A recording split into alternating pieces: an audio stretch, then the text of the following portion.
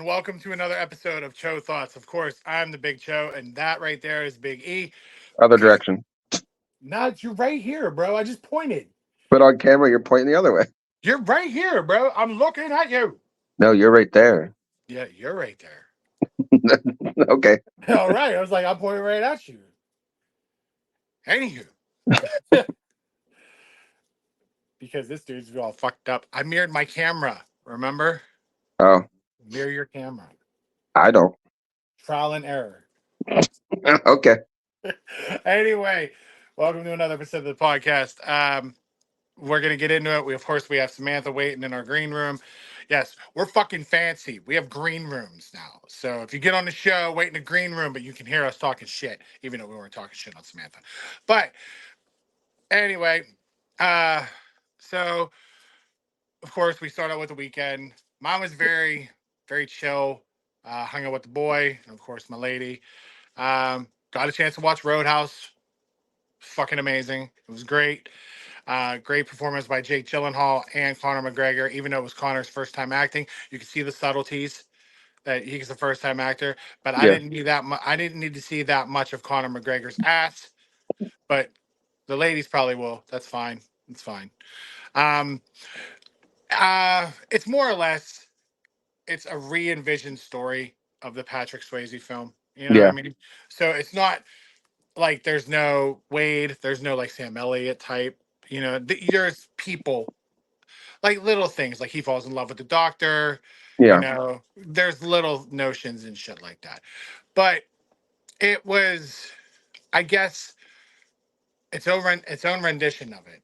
But at the same time, as fans of the original, you're kind of wanting it to be the same, Yeah. but in a way, it's its own thing. It was good. Um, some funny shit in it too, like him and McGregor are fighting in a fucking speedboat, like a little lifeboat. And that's when McGregor, if anybody has seen the previews, it's when he's like, "We got our own little octagon now." And Jake Gyllenhaal's like, "Who taught you shapes?" Like it's a lot. Like it's got its funny parts, like just like the original Roadhouse had its funny, Yeah. especially with Sam Elliott. Like Sam Elliott made the movie to me. Yeah. Um, but yeah, I watched that while I was waiting for Brandy to come in from her house, and I was like, you know what, it's out. I love the original, so I was like, oh, let's see how this is, and yeah, I was okay with it. You know what I mean? Um, really didn't do too much. We had a very chill, relaxing weekend here. Like how it was like cold, and Xander's trying to ride his scooter. This boy, I swear, if there was snow on the ground, he would try to ride an electric scooter. But like, unlike today, where it's like 70 degrees. Yeah. So, but yeah, like, not really a lot. You know what I mean? I did have to face the PlayStation 5 green screen of death, which I found out how to fix that too. So, um, I don't know if anybody's had it yet, but I tried turning on my PlayStation 5. I got a green screen. I kind of fucking panicked a little because they're what, $600. You know what I Yeah. mean? Just like an Xbox Ring of Death, etc. But it just change your HDMI ports and then get it's like an HDMI 2.1 that's specifically for the PS5. So Hmm. I was a little worried, but then I had to like next thing you know, bro, I'm scrambling around my house looking for my warranty, making sure it's not up. Because you see that and you start Googling it, you start thinking the worst. Yeah. So, but yeah, it's fixed. That was like my only panic, really. And then, of course, I have to start getting ready for this weekend, which is Easter. So, but other than that, I really didn't do too much. Like, it's just a very chill weekend. It was nice to just relax for a little bit instead of being constantly on the go, on the go, on the go. Especially with Easter's this weekend, next weekend's WrestleMania. Like, it's a very go month. Yeah. Um, but you went and saw Ghostbusters. I did. Yeah. my weekend, we didn't know what was going to happen. Dawn ended up in the hospital Friday. There was talks of her needing surgery, which she still does. It hasn't happened yet. She's got a couple different things going on. So yes, I didn't know how the weekend was going to roll out. We just kind of took it day by day, and we Saturday my kid had to work, so she went to work, and then I don't know. I started watching a Seinfeld marathon, and then I got like bored, so I just started cleaning my house. Just chilled, got her home from work, and we just had dinner and hung out. And then I watched a lot of basketball, watched a lot of March Madness. I mean, I did too, but And then there's just too much to cover. Yeah. And then yesterday, yesterday the opportunity came across to roll with Mike and John and Jocelyn to see the Ghostbusters movie, which was good. It was good. It it had I don't know how to describe it. Like it was a good movie, but it was just kind of like the story in it just kind of like there was kind of like a couple different things going on in the movie, because obviously it picks up from the last one with the kids and everything. But it's like, so there was a couple little different personal stories going on in the movie. So you're trying to follow that and figure that out. Right. But then as far as like the villain, the ghost, the bad guy part of the movie, I was kind of like, oh, I get it. But it was kind of, I feel like, left in the background a little till almost the end.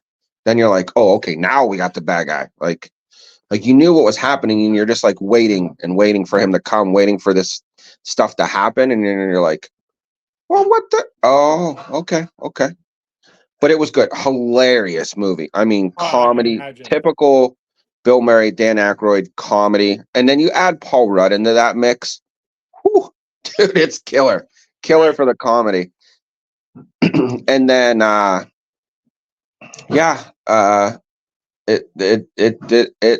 it was good. It was, let's put it this way. So my daughter was bummed out when I got home because she didn't get to go because she had to work again. So when I got her, I got done with the movie, picked her up from work, and we got home. We had dinner, and we finished watching How I Met Your Father. We were fans of that. So we had like 2-3 episodes left. So we finished it. It was like, I don't know, 9:30, 10 o'clock at night. And I'm like, you want to watch Ghostbusters? She's like, what? Dude, I pulled up a freaking illegal copy on the TV. This is how we get canceled, Eric. I don't care. Yeah, I could always get a new co-host. Sam. She's in the waiting. Right? So I just found a streamed copy online, and it was actually a decent copy. And I watched it for a second time. So I watched Ghostbusters twice one day. And I didn't care because it was good. Like, I didn't mind rewatching it with her because it was good. You know, so, and I think she liked it. She enjoyed it. Oh, and here's the other thing. There's a lot, if you're a big Ghostbusters fan, there's a lot of nostalgia or Easter eggs from the first two. All right, well, don't spoil it for anybody watching. Well, like one thing, it's in the trailer, so I'm not spoiling anything. That Kumar guy that's in it, there's a point in the movie where they're testing him to be a ghost or whatever, and they put the Rick Moranis strainer helmet on him. Oh, okay. Like little stuff like that. Yeah. And there's a play from the cartoon. Oh. That's how deep cut they went for this movie. There's a play from the cartoon that did not happen, and this is the first time that this thing made its live movie debut.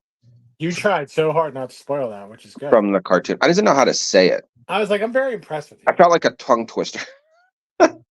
So yeah, Tongue so that twisters. so that was my that was Bro. how I Oh ended wait, my I was like, you're gonna have to go get Sam though, but I'll tell you about a fucking tongue twister. Let me tell you some shit. all right. So Go. I was like, go so get the our guest. long awaited debut. But here comes Samantha. Can I give her the Pat McAfee entrance? Like What do you want to clap? Do the hey howdy hey what do you think? She's leaving it alone. ta-da! Oh, she's gonna rain fire down on you. Hi. Look at Hi. this. And wow, that worked out like 3 in a See? row. See how I look? Oh, and see I can point to her and to you, and I'm still No. pointing at you both. See? No, Just switch he's the that way. cameras. Yeah, but so you have to remember that, not us. You No. have to You point switch your own opposite. cameras. Because you pointed and said me and pointed to her, and Well, she guess just what? saw it Maybe I mean too. you both. Maybe I'll just do this. Yeah, There you see, you go. remember it goes There you this go. way. So Eric is this way and Pool's that way. Wait, are See? you in the middle, Sam, on your screen? No, I'm on the way end on my So And screen. I'm in the you're middle. next to Paul. Okay. All right. Yeah. Flip your camera.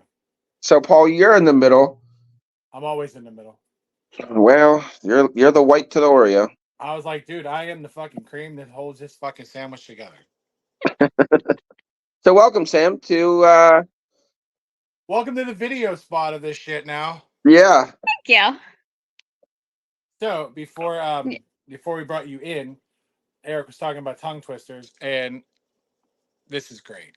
So I'm over here on the recliner, and Brandy's sitting on the couch, and she said something, and she was trying to. I was messing with her because, like, she's always in the bottom of her bag, like, and I was like, I looked at her, I was like, "Are you like an old lady that has like caramels and them strawberry candies away at the bottom of the fucking bag?" And I was like, maybe some root beer barrels. She's like, "No, I don't have any Rupert." What'd you do? I'm telling a story here, man. I didn't like the story. I had to hide it. Yeah, I didn't want to hear anything about Rupert's either. But when she said Rupert's, I just was like, what the Rupert's. fuck is Rupert's? I knew some kid by had a last name Right. Rupert, I but was like, I I don't know know no Rupert. Rupert's Then she was candy. like, she's like, it's a tongue twister. I was like, root beer barrel, root beer barrel, root beer barrel. Nope. Like, there's not a tongue twister here. I feel like it could be though. Like I'm saying it in my head, and I feel like I would stutter over it. Uh-huh. Or maybe she just wants to go. She wants to take everybody to a place called Rupert's in Pittsburgh. I I don't. don't know. I Maybe don't know. you just ate too many root beer barrels. See, I was about to stutter it right there. You're fucking making me look bad, eh? You had them too much as a kid, so you just you're used to saying it. This is coming from the guy that loved caramel creams back in the day. So, anyway, Sam, hi. Hi. How was your weekend? How's it going? My weekend wasn't bad actually. Yeah? Yeah, I mean I worked on Saturday and then I took Sunday off just to like focus on me. And Saturday afternoon I hung out with an old coworker of mine that I haven't seen in like the last like 2 years. So it was good to catch up.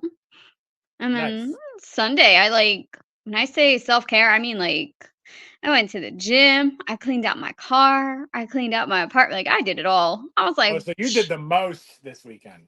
yeah. Yeah. She was the more active person of the group. Well, Well, like the one day I was talking to her, she was like, "I'm on a walk," and I was like, "All right, cool." Like yeah. I was like, but like as I'm doing, I was donating plasma, Uh-huh. and I was like, "It's gonna rain." I'm like fucking up her day. Bio life. I was like, but it looks like it's gonna rain. Way to kill a vibe. I'm the cream to the sandwich, bro. That's what I do. So I'm sorry. That's all right. I was like I was sitting there talking to Paul, and then I was like, you know what? It's not going to rain until like a certain time. And I was like sitting there texting him, checking the weather just to make sure. Right, just to make sure. Yeah. Did you end up looking into donating and all that? Have you got your appointment? I'm scheduled next Friday for Well, my physical. I can't go back until the 14th of May. What? Why? Okay, so He's dishing out that illegal blood. yeah, I'm selling it on the black market. So You're gonna be hanging out in jail with P. Diddy. whatever works, man. So apparently, if you lose blood, like not even like a milliliter or 2 mil, like whatever, if you lose a little bit of blood, any milliliter increments, then twice within certain period of time, You can't go back for 8 weeks because that's when your red blood cells come back. Now, the last time I was just there, nobody said anything to me on that Tuesday I went because they couldn't get like my red blood cells to return in my left arm. So I was at like 35 milliliters and they were going to try my other arm. And I was like, that makes no sense because if you try my other arm, you're not going to, like, my other vein is very tricky. Like, only 1 or 2 nurses there can get it. But I was like, so I guess we're done here. And they were like, well, yeah, but they never told me, like, hey, we should try because if not, you won't be able to come back. So I had no notification about it or even any kind of warning. So when I went Thursday, I was like, oh, okay. Let me just, because I was going to reschedule my appointment. I always try to get one on lock and then move it up further if I can get there. And I got there and it was like, you're on it, and eligible to donate. I was like, what? Okay, that's weird. So I walked in and I said something to the lady at the counter and she scanned my finger. And then next thing you know, the one doctor takes me back and was like, oh, yeah, because you had red blood cell loss. And I was like, that's new. Like, why didn't anybody tell me that? Well, they should have. No shit. Like, all right. I was like, well, when can I come back? She was like, May 14th. I was like, what the fuck? So, yeah. So if you donate plasma, don't leave until you donate your plasma. Like if it's crucial to you, because Mike was there and he was like, oh, you're in trouble because he saw me going back to the physician's Yeah. office. And then I told him what happened. He was like, get the fuck out of here. And I was like, no, like I am literally getting the fuck out of here. Like I can't come back until May. And he was like, for what? And I said, because I lost some red blood cells. I was like, but it was only like 35 milliliters and they're acting like I lost 600. And nobody even told me. They didn't even say anything. So the first time it happened is they were getting it out of my right arm. And what happened was they had to second stick me, which means if they can't get it in one, they get it in the other. So when they were pulling out, like the guy pulled, as again, new people. Shut up, Sam. You'd be letting dudes pull out on them. Shut up. So as he was pulling out the needle that had fucking blood in it, Jesus. That's the problem if you're pulling out with blood. You Oh my God. didn't use enough lube, I guess. I don't know what to say. Well, if he'd have just there we go. I'll buy into this. If he'd have just put it in right, we wouldn't have had blood every fucking where. Oh, okay. Dude, you better? So maybe. I don't know if that was any better. So when he pulled out the needle, like fucking blood hit his lab coat. Like just like an old like slasher film. It was fucking wild, but it was cool. It like went right across his fucking lab coat. And I was like, that's kind of rad. Like, but still, that's my fucking blood. So dude. So when he went and stuck me in the other arm, I lost like a milliliter of blood. So they counted that. And I was like, so your guy fucked me up and I'm supposed to be at fault for it. So if you get there, Sam, and they stick you, just be like, listen, I ain't leaving until till I hit the fucking milliliters. So just, you've been warned. And if they stick you, apparently make sure it's lubed up or whatever. Well, yeah, it's my first time being, getting sticked by a doctor. So this is stuff they have on websites that are that's fancy. You getting stuck by doctors, man. Yeah, right? Yeah. So, like I was telling you, it's probably going to be like a couple hours. So I don't know if you have clients after it or whatnot, or if you just set that part of the day to be empty. But I dedicated to like the morning because after like 2:00 is when all my clients want to see me. Yeah, so right. Like, you get the whole morning. Let's go. Right. So, yeah, I was like, it shouldn't take long. And plus, if you're a new donor, you'll be sped up very quick. Mhm. Like you get through your vitals quick. You get through everything pretty quick. It's Yeah, just that's what they told me, and then they kicked me out. I tried to get you money, bro. I'm sorry. Now I'm trying to get Sam money. I'm trying to get everybody money, bro. Well, they didn't want me. Said I had dirty blood. They didn't say you had dirty blood. Stop making it look bad. They're gonna be like that fucking podcast that they're on. Shut it down. They said Dirty if you can blood, stop smoking the crack, you can come illegal back. movies, we're fucking getting canceled. Now they can see what we look like too. So now they're like, fuck it, we're done. But yeah, that's like I said, set about 2 hours away, like aside, and you should be in and out. Once the physical is done, it's a wrap. Yeah. They'll also ask you what medications you're on. Like, you know Oh what I yeah. mean? They sent me a whole list. Like when I signed up for it, they sent me a whole list and they were like, bring this. Yeah, that's it. But I mean, like I said, other than that physical, once that physical part's done, like Eric knows, like it was pretty quick, wasn't it? I didn't. That's the see. I got up to the physical, and that's whenever that was so like I did all the paperwork part, and like they have to make you an account. They ask you, yeah, like Yeah. name, address, all that dumb shit. And then I got to the part where they had me sitting and waiting for a nurse to come check me, and that's whenever she was like, "No, you can't donate Oh yeah, because of your veins or whatever, because your tattoos are too close to because your of my veins. tattoos." But what's so fucking crazy is I've seen people that have tats in the same fucking location that donate. Like that doesn't make no sense to me. I don't know. I So didn't make the rules. I just, you I just mean, went. It's I didn't fine. want to follow them, but You never want to follow the rules. no. I mean, you're over there downloading illegal fucking movies. I Because mean, he's a rebel. I'm gonna do what Yeah, I got to right. do. The rebel So that gets the podcast shut the fuck down. You know, like get rid of that guy. I'm like, nah, he's my ride or die. I can't get rid of him. Like he's gonna out of happen. here. Gonna happen. I'm like, we'll find a new way. But And yeah, yet Eric just sits there on couch being like, I know it's gonna happen. It is what it is. I mean, There's it's times bound to where I happen. don't know how to keep my mouth shut. That's true. I've seen it for a couple decades, so I'm pretty sure. I'm pretty sure. Sam, But you would have witnessed it if you would have joined us for St. Patrick's Day in Lawrenceville. yeah, where were you? I got stuck at work. Ah, Yeah. Well, just it let was work good. know they had you miss out on me not keeping my mouth shut. So Well, From the no, gate. I didn't even meet up with him. I had to call him to run my mouth. I was like, bro, what the fuck are we He doing? didn't even take into consideration that it's St. Patty's Day. He's in Lawrenceville, and there's all kind of fucking crazy going on. I think he just finally figured out he's an old man. well, I'm an old No. lady. I can relate. It's all right. Yeah, I relate to some of your Instagram posts, especially the traffic stuff. I mean, I can relate to the traffic stuff, especially in this fucking city. Yeah. Believe me. Like I had today a lady in Monroeville literally cut off the box truck because I guess her boyfriend was driving their Tesla. You already see where this is going.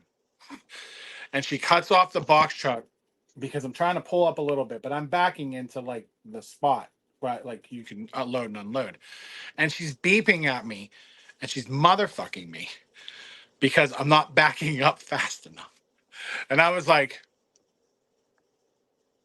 and I literally had it in reverse and never took my foot off the brake for like 10 minutes.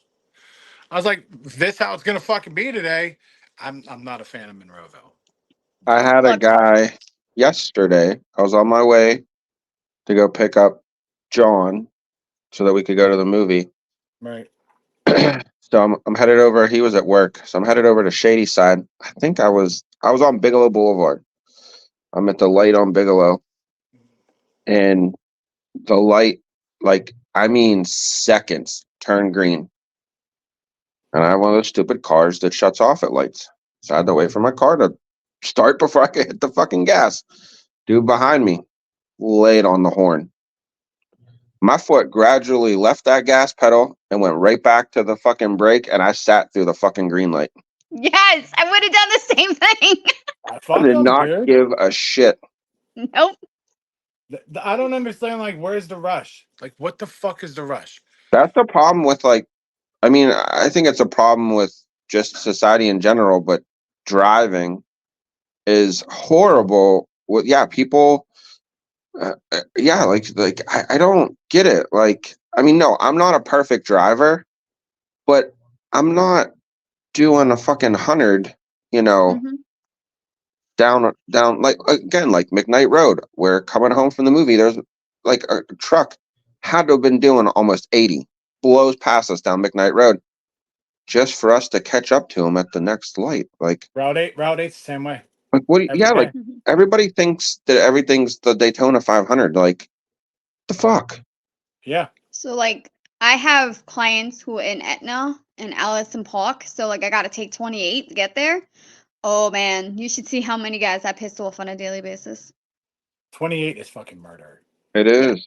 And Like then they, I would be doing 25 over the speed limit, okay, and they're still on my ass. I will not hesitate to slam on my brakes. So you want to get me a new car? By all means, Yeah. hump my Carl, hump my car. Let's see how well it goes. Let's go. Come on. I do not have time for notifications from your boy. what? Huh? I'm just telling you now. You better put your boy Brandon in check. I'm trying to do a podcast. I don't have time for notifications. Meanwhile, he was like talking at St. Patty's Day thing, like, oh, I can't wait to be on the podcast. I'm like, okay, now you're fucking my shit up. So, don't do that. But yeah, like every morning, Sam, I literally will put on Waze because I don't know if today's going to be the day that there's one of those traffic jams on 28. Mm-hmm. It's just so sporadic in the morning. Like all of a sudden, it'll be like, oh, this is great. We're all right. I think we're boom, and it's just at a standstill because some jackass, like just, or it's either somebody runs into somebody, or it's everybody rubbernecking for absolutely no reason. Like Yeah. none, because somebody pulled over to the side of the road. Like, Mhm. oh my God, 51 is just as bad too. And I'm just like, so I can only imagine New York. So you take it from here, dear. That's gotta be fucking I don't murder. know if you saw it, but I posted something on my Facebook like story about it was like New Jersey drivers. I was like, this fits me to a T because like New Jersey and New York are about the same when it comes to that shit. Like, I don't know how many times I will be nice and I will let you in. If you turn on a signal and you say that you're gonna cut, you need to cut it, I will slow down, I will be nice. But I have a time limit, okay? Get your ass over. That's facts. I'm the same way. I'm like, I'm cool. All right. But then, like, you ever get where they're nice? They got the blinker on, they got the turn signal ready to go, and they're coming in, but then there's somebody behind them, like, hold on, let me. No, hold on, motherfucker. I only let one in, not two. I let him in. Now, this car behind me should let you in, but they ain't gonna let him in. Like, let's be real. And then all of a sudden, they do that itchy thing. They keep going in, and I'm just like, today's the day I'm gonna choke a bitch. Like, Mhm. today's the day. I say that every morning. I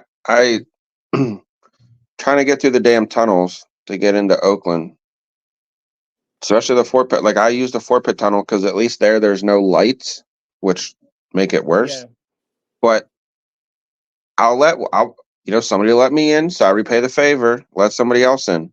Yeah. That's not. I didn't open up the fucking dam, and every other car can get in front. Like no, I one.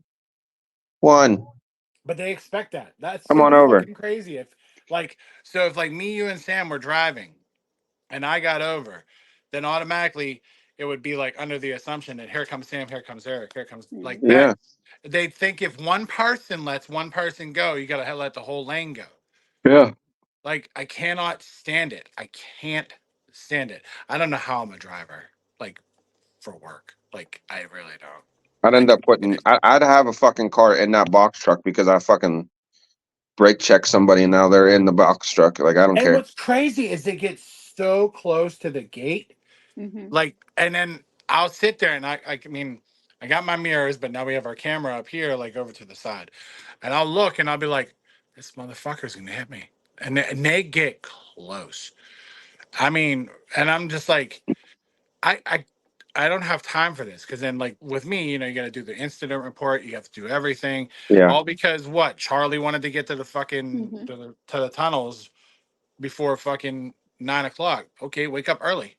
Yeah. Like See, every what's day. even worse is like, so I have to go through the Liberty tunnels, and between 2 and 6, okay, if you're going to Oh, be in the right lane, you head to South Side, yes. and it's gotten to a point that I will ride the line because I am so fed up with people like thinking that they're just gonna ride into the right lane and then swerve and cut in front of me. Like, you get your ass in the back of the line like the rest of us.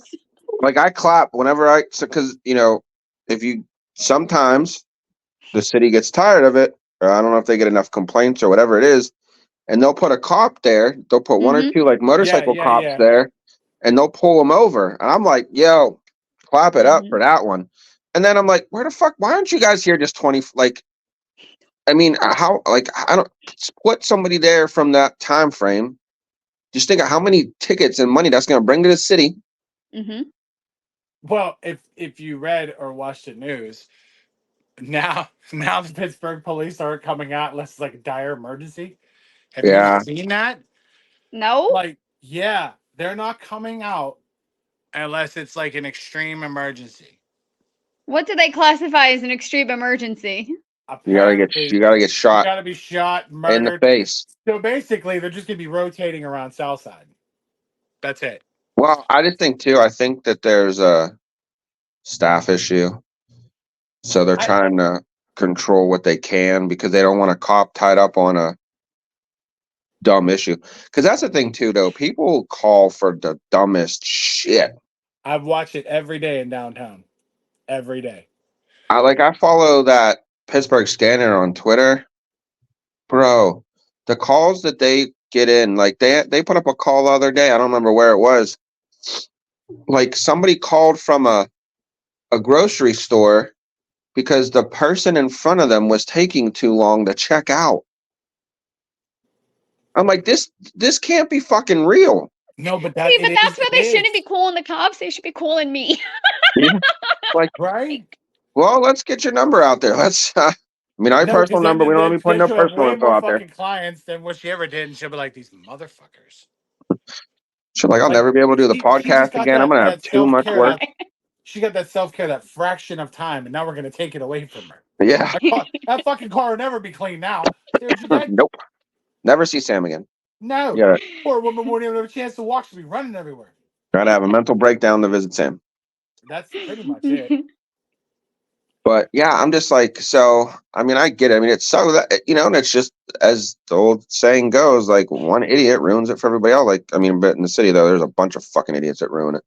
Yeah, I had one time in town.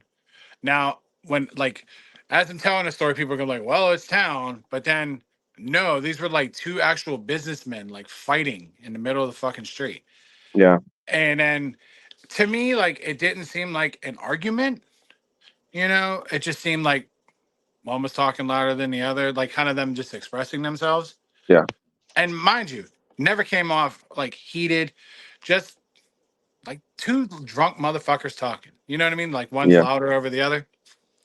Next thing you know, here comes the one time pulls up. I was like, for what? Like, what?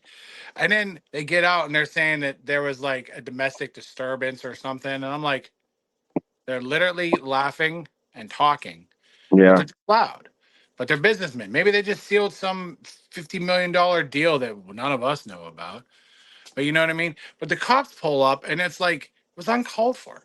There was no reason for it at all. I think we have too many people playing Rent-A-Cop and, trying to be the person with the camera that catches it, the person that wants to always call the police. Well, it's not even so much people being the Rent-A-Cop. It's just people being involved. Like you said, with social media and stuff, everybody is involved and everybody else is shit.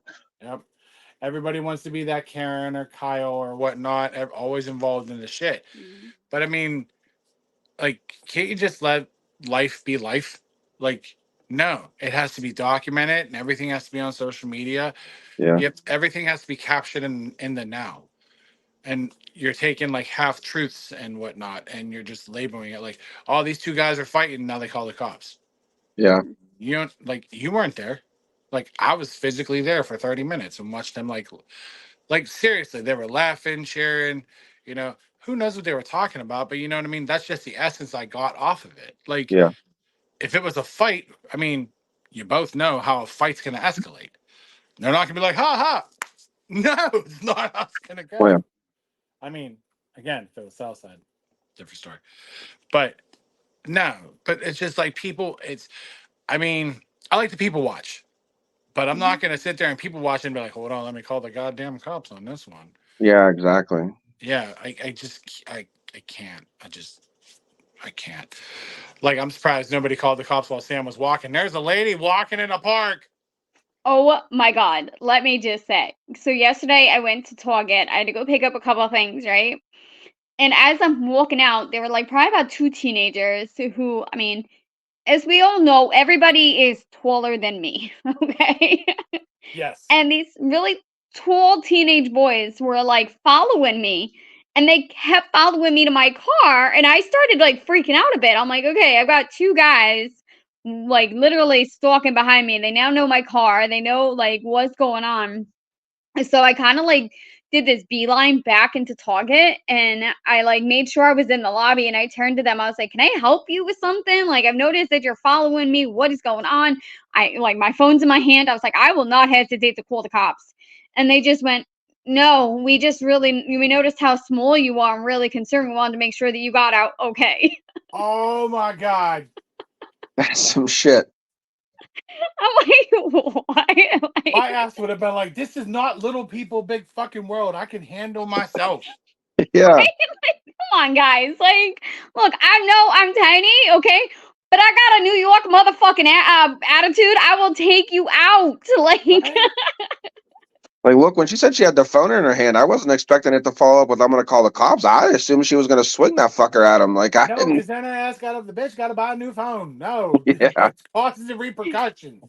see, I am at the perfect height, okay, that I don't need to hit your face if you are a gentleman, okay? If you are a man, you better mark your, you better watch yourself because You one fuck. good punch to your gonads, we're good. I mean, I really got nothing to say about that one. I mean, she's going to punch you in the balls. Yeah. Mhm. Yep. I mean, And I run on a daily basis, okay? I could probably outrun you. Just right. saying. I mean, she may be tiny, but she's tall in stature. She'll fuck you up, dude. Yeah. Yeah. That attitude will fucking get you, bro. You don't want none of that. Why would they follow you? Like, but again, I Because watch you too were much little. ID channel and shit makes a little sense. Look at this little lady. We're gonna follow her outside. We're just gonna pick her up, put her in the trunk. Next thing you know, Sam's on the ID fucking channel. Gotta blur out my face.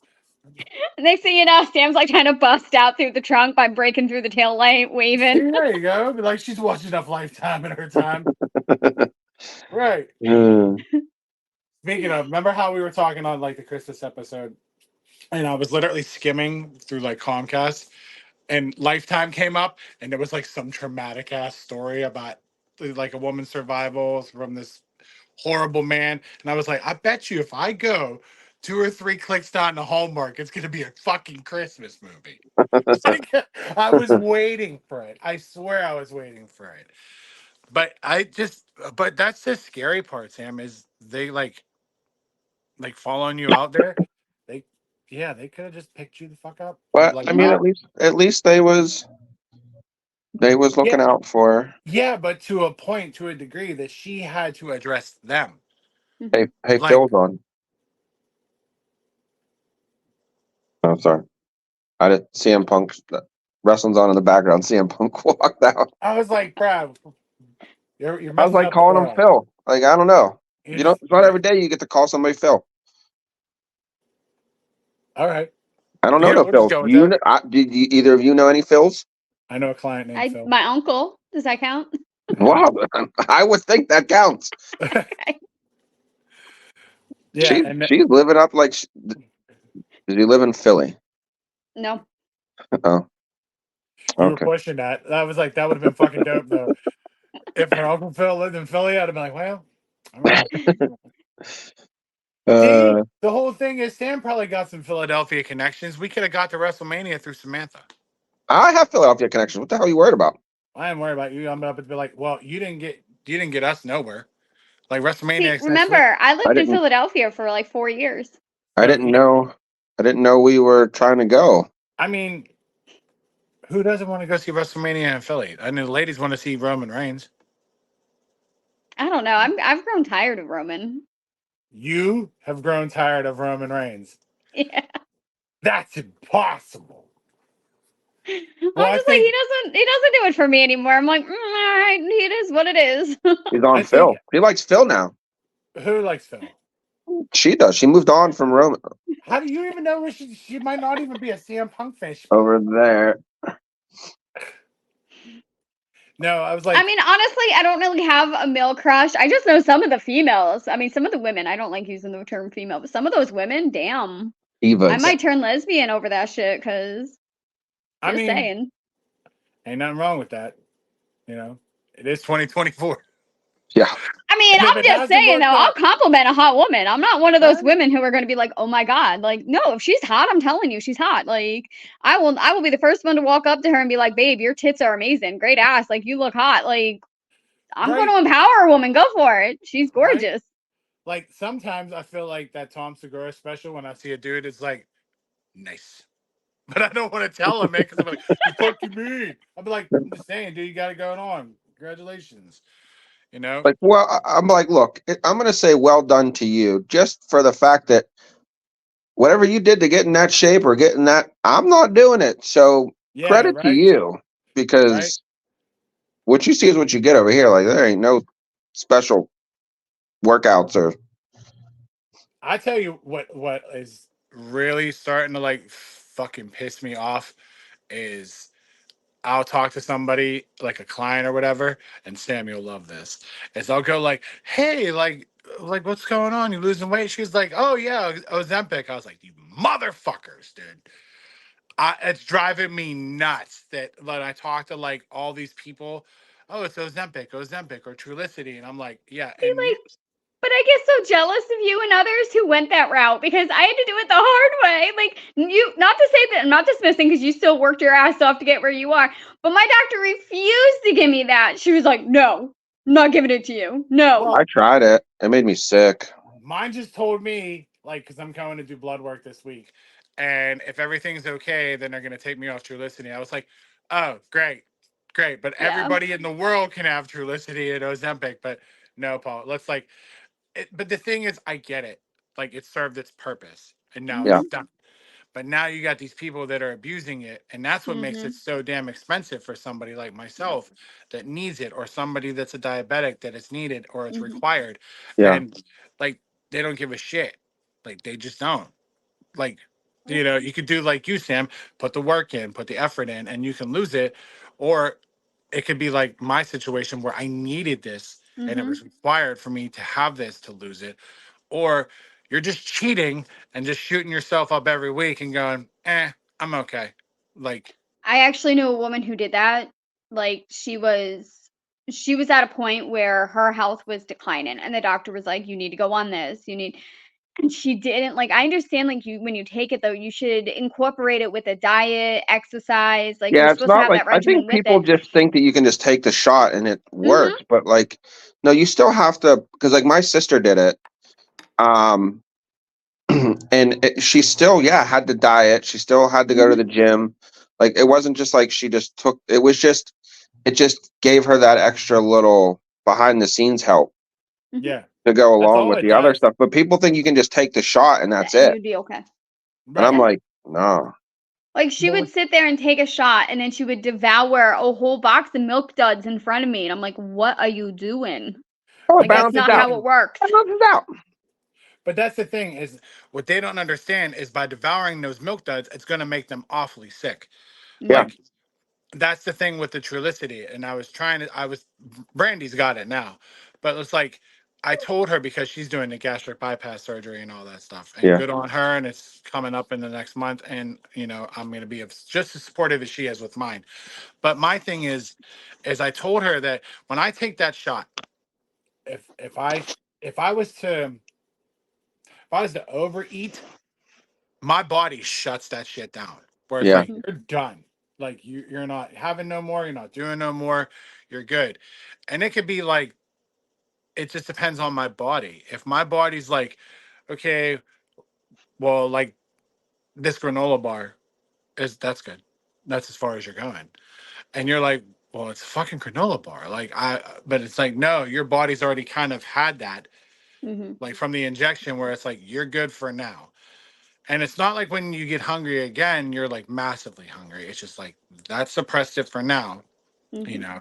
And that's your breakfast. You start the day with a breakfast and then go. But then, like, I don't feel hungry the rest of the time. And if I do feel it, then I'll eat. But if I overeat, I will not feel good. Like, I'll just be like, oh, damn. And especially if she's eating milk duds and all that sugar's going into her, like, you're just overloading yourself. I'm surprised she's not in like a sugar shock or a diabetic coma. But she probably, did she have diabetes or no? She was pre. Oh, so, but I mean, if she was an actual diabetic, maybe. But, I don't See, know. I've gotten to a point with mine that like, so I'm off the insulin, but I Great. still take metformin. And like with the exercise and diet, I've literally like my body itself can only handle 15 total carbs a day. Like anything other than that, for instance, like the other day I went out with like friend, right? On Saturday, I was like, all right, we're going out, we're gonna have this like we're gonna try new food, we're gonna do whatever. I was bloated and sick an hour later because my body was like, fuck you. Yeah. Yeah. Like that happened actually that Sunday after we went out on St. Patty's Day. I think it was my body. It's like pre-diabetic is so accustomed to the way I drank and how I was like, oh yeah, let's go. It's just that same old familiar sting. Like it's used to it. But then the diabetic side of me was like, you know how many fucking carbs are going in your body, this is going on. And then like Sunday, it wasn't really like a hangover, but I was telling Eric, like, I feel exhausted, like something was wrong. And then like we woke up on Sunday and what I said to Brandy, I was like, I just don't feel right. Like it just it's not a hangover, but I just felt like You were still drunk. I doubt it. I've been doing this for a fucking long time. But I felt like physically exhausted. No headache, no anything like that. I was just tired. And then like kind of like bloated. Like I was like, something's wrong. So I was like, great. Now I can't have beer. Like it's just like one way's out the other. I'll find out this week if I'm gonna officially be off metformin because they're gonna take my blood for my A1C. So hopefully that works. It should, but I don't know.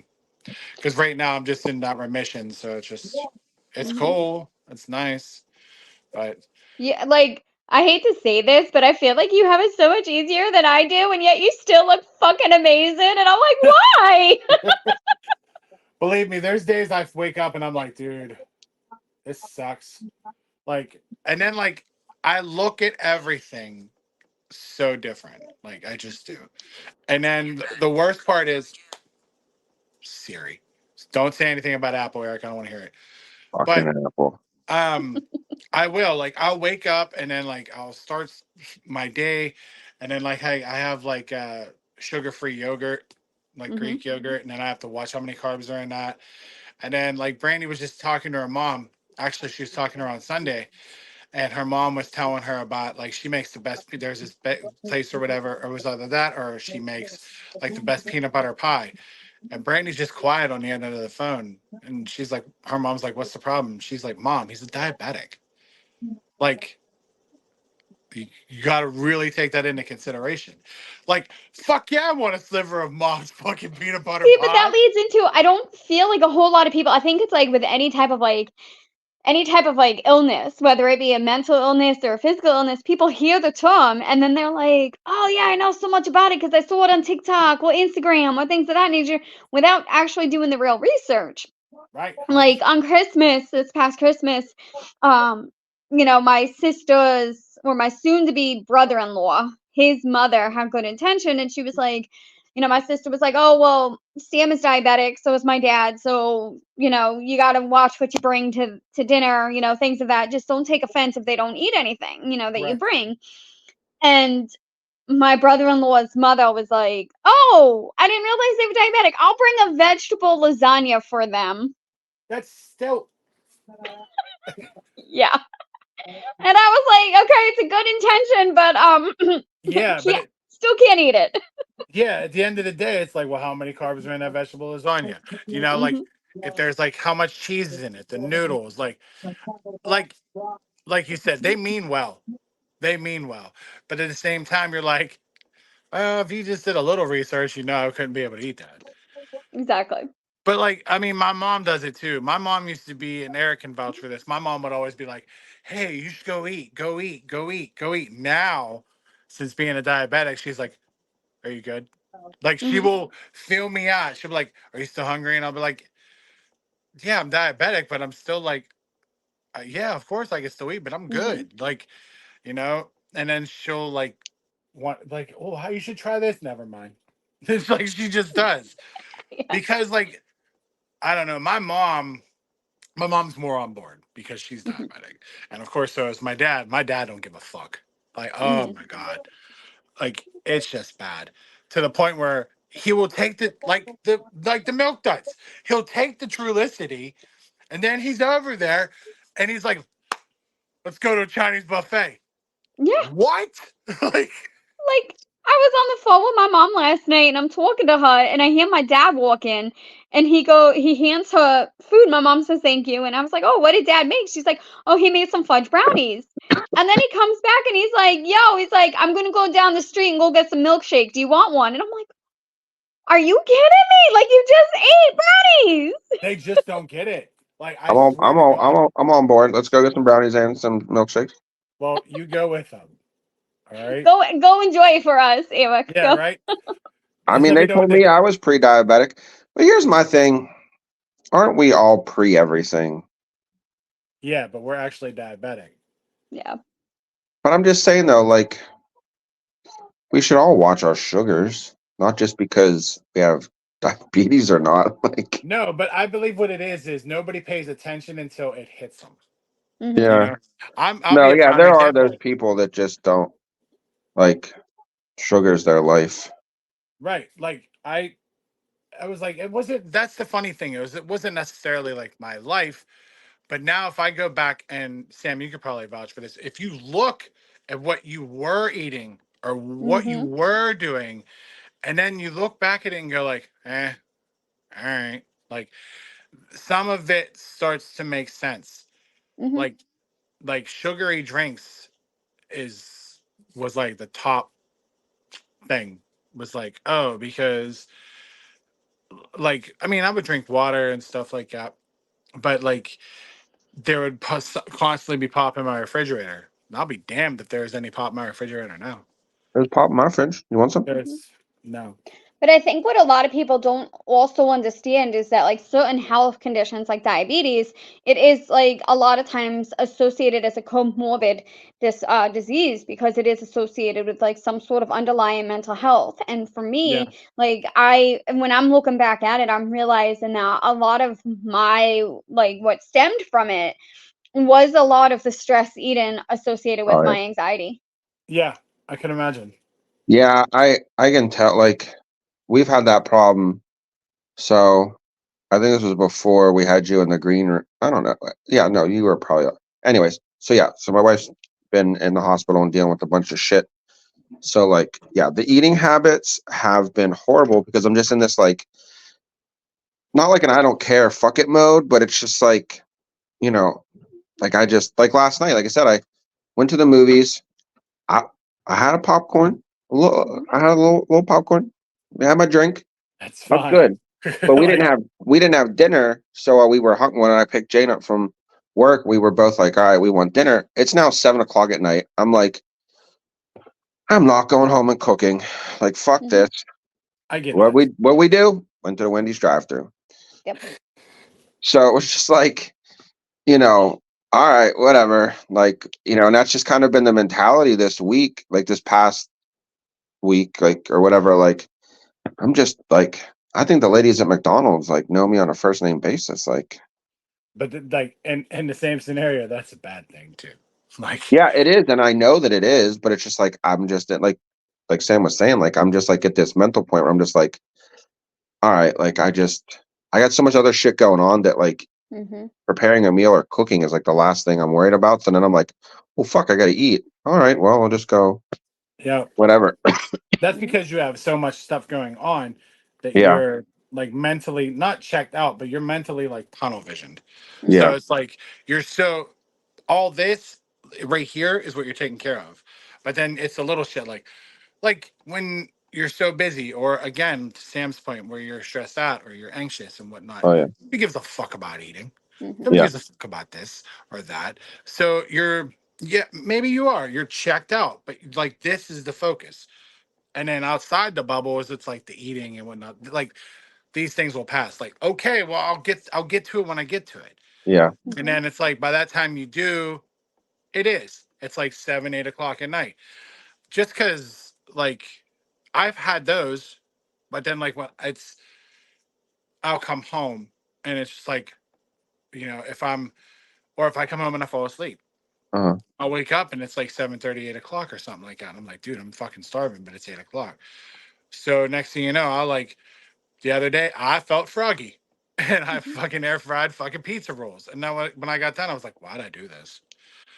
But it was already in the point of it's like, fuck it. Like I got a lot of going on. So it was just like, so I get where you're coming from to a point.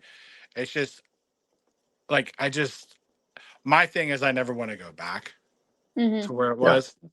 So it's kind of like when me and Sam would meet for dinner or whatnot. It was like her cheat day or something like that. So to Mhm. me, that was technically like my cheat day. And then if I feel like something here, I'll snack on I have carrots over here now. Just plain carrots. And then I have like cucumbers in the fridge, which I took like a cream cheese, Sam, and put it on there with like a little guacamole seasoning. And that was like a snack at work, you know, because I'm on the go all the time as you are, Sam.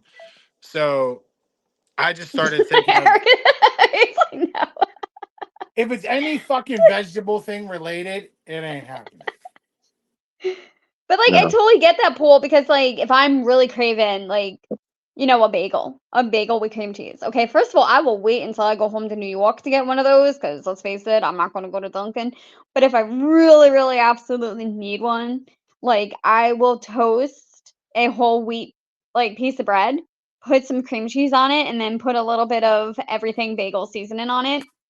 There you go. That's right, I'm goddamn it. having that fucking bagel. You have a fucking bagel. I did the same thing. Like I do. I have everything bagel seasoning, but I found this guacamole seasoning at Shop and Save, and of course read the labels and all that, and it's great. Shut up! Like what's you shaking your damn You want head? what? You don't know what my seasoning is? I got me that cinnamon toast crunch seasoning in there. That's what I got. Oh my god. So I was talking to a client today and I had gotten Pamela's mixed up with Paige's. And yeah, I'm surprised you're alive and talking to I us right am now. too. because I was talking to her about ice cream because we had an ice cream truck. And I was like, oh, have you ever tried Pamela's? And she's like, yes, oh my God. And she goes, the cinnamon toast crunch pancakes are to die for. And I literally looked at her and I was like, oh, so they make that's an ice cream That's great. And that was the flavor? And last she time we goes, saw what the Samantha. fuck are you talking about? And I was like, Pamela's, the ice cream place. She looked at me and got real serious. She goes, that's Paige's, not Pamela's. Yeah, people I'm are lucky you're still alive, girl. Shit, Right? people are nuts about that shit.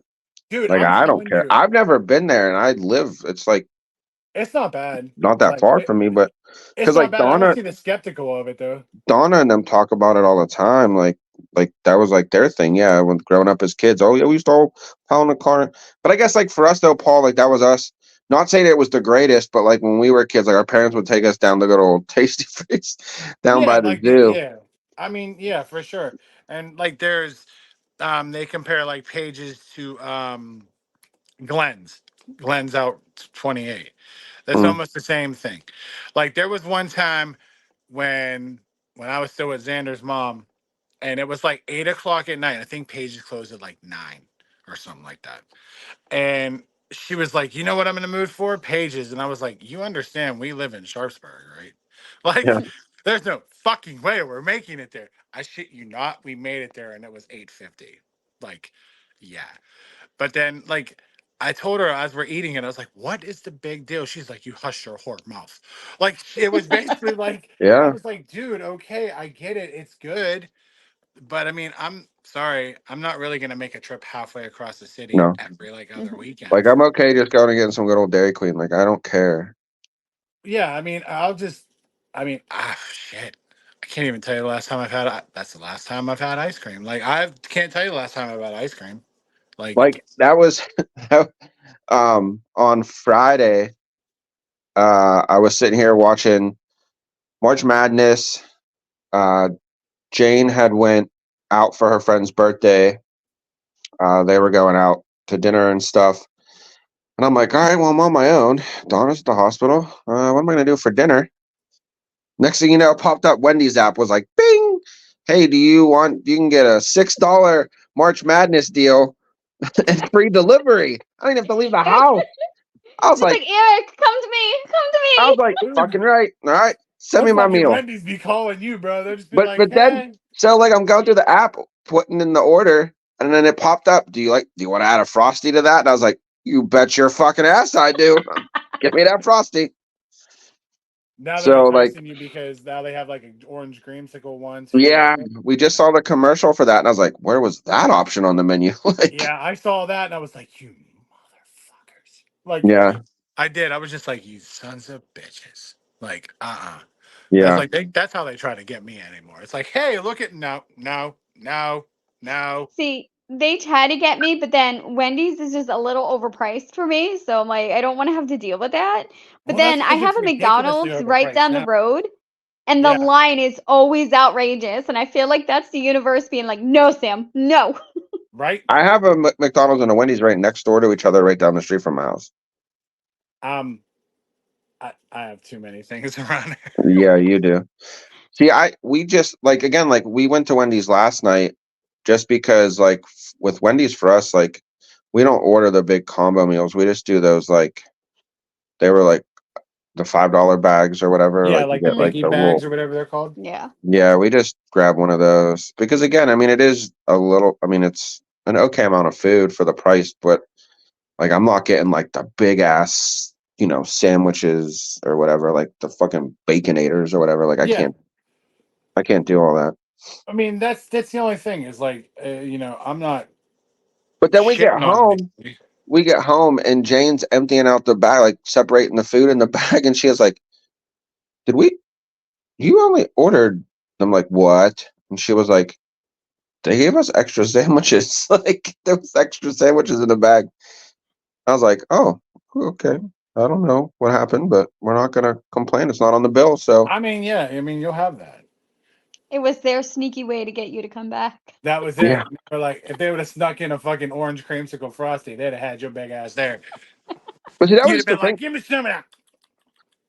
Like on Friday when I ordered that frosty, I only got the little one, and that was the thing. It was like I was like, man, I haven't had a frosty in forever. I was like, let me have one. Like it was like a little treat. It was like I mean, yeah. I was like, whatever. So I did. I didn't order like the fucking big gulp. So they wanted me to get. Right. Well, like I took so Friday Xander did like his best buddies bowling event at Zone 28, which he did amazing. He actually played laser tag. I was kind of happy for him. He shot like 3 or 4 people. He was on fire. Like he was so into it that he wanted me to record it. Uh, And I was like, "What do you mean? Like on the screen?" He's like, "No, you're coming inside." I was like, "I can't come inside. Like I can't walk in there with yeah. you." I was like, "You're just gonna have to go in on your own." He's looking at me like, "The fuck is wrong with you? Like, what do you mean you can't walk in here with me?" And I was like, "No, go in." It was. So anywho, he had a really good time. And it was like a kickoff to spring break, which I was really happy for him. So, excuse me, we got done, and I was like, "Are you hungry?" And he was like, "Yeah." And he was like, wanting Zone 28 pizza and whatnot. And I was like, "Dude, like that shit's a lot of money. Like you could easily drop $200-300 in Zone 28." Yeah. So I told him, I was like, "There's a Burger King right here." Like I was like, "I'll just make the sacrifice. We'll take him to Burger King." Yeah. And I walk in there and I'm looking and I'm like, "Son of a bitch." Like I just have that shaking of the head. I was like, "I'm not in the mood today." Yeah. And I was like, "You know what? It's because the closest one by me and the closest one to me is the one down by my dad, further in Yeah. the city. And I was like, you know what? I haven't had a Whopper in a while. Sure, what the hell? And then the lady proceeds to ask me if I want to add 2 baked cookies for $1 to my order. And I was like, you motherfucker. Like, so I looked over at Xander, and Xander's like, you want to add them cookies or not, bro? And He I was said like, two, Dad. Come on now. yeah, all right, here. So I swear, I went and got our drinks. You know, them cookies were gone when I got back, right? He didn't even touch, no, he didn't touch any of his food. Them cookies were gone. I was like, dude, how about, what do you want? Like, what happened? I was like, you're gonna have diabetes next or some shit. Like, what are you doing? And then I got him to like mix his drinks in a fountain. Oh yeah. You thought I was a god, like, because he's looking at me, and then like, because he wouldn't get anything like diet and no water, and then like, you know how he feels about certain drinks. And then he took a sip of it, and he was like, "This is outstanding." I was like, "Dude," I was like, "Try being like 6 years old and finding that out. It was amazing. Yeah. Like that was a good time." But yeah, this with it, you just pick and choose your battles. Like, you know what I mean? Like, I'm not gonna sit here and say I'm saintly, but I stick to my diet pretty strict. Mhm.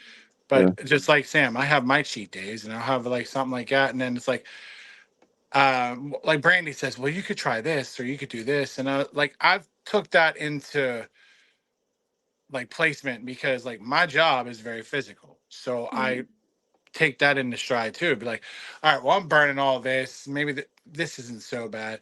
So like, I wouldn't say I've pulled back the reins a ton. I just did it a little bit, but I still watch every fucking thing I eat. Like, I already told Brandy, you're never going into a grocery store with me because I'm gonna be there forever. Mhm. Because if there's something new or something that pops out to me, I'm gonna look at it. Like I'm gonna like stare at it for 10 minutes. She's gonna be in 3 other aisles. Like, you know, I have to. I just Mhm. gotta make sure it's okay. I'm forewarning you now, you son of a bitch. You're at my house for 2 days for WrestleMania. There will be no label reading. I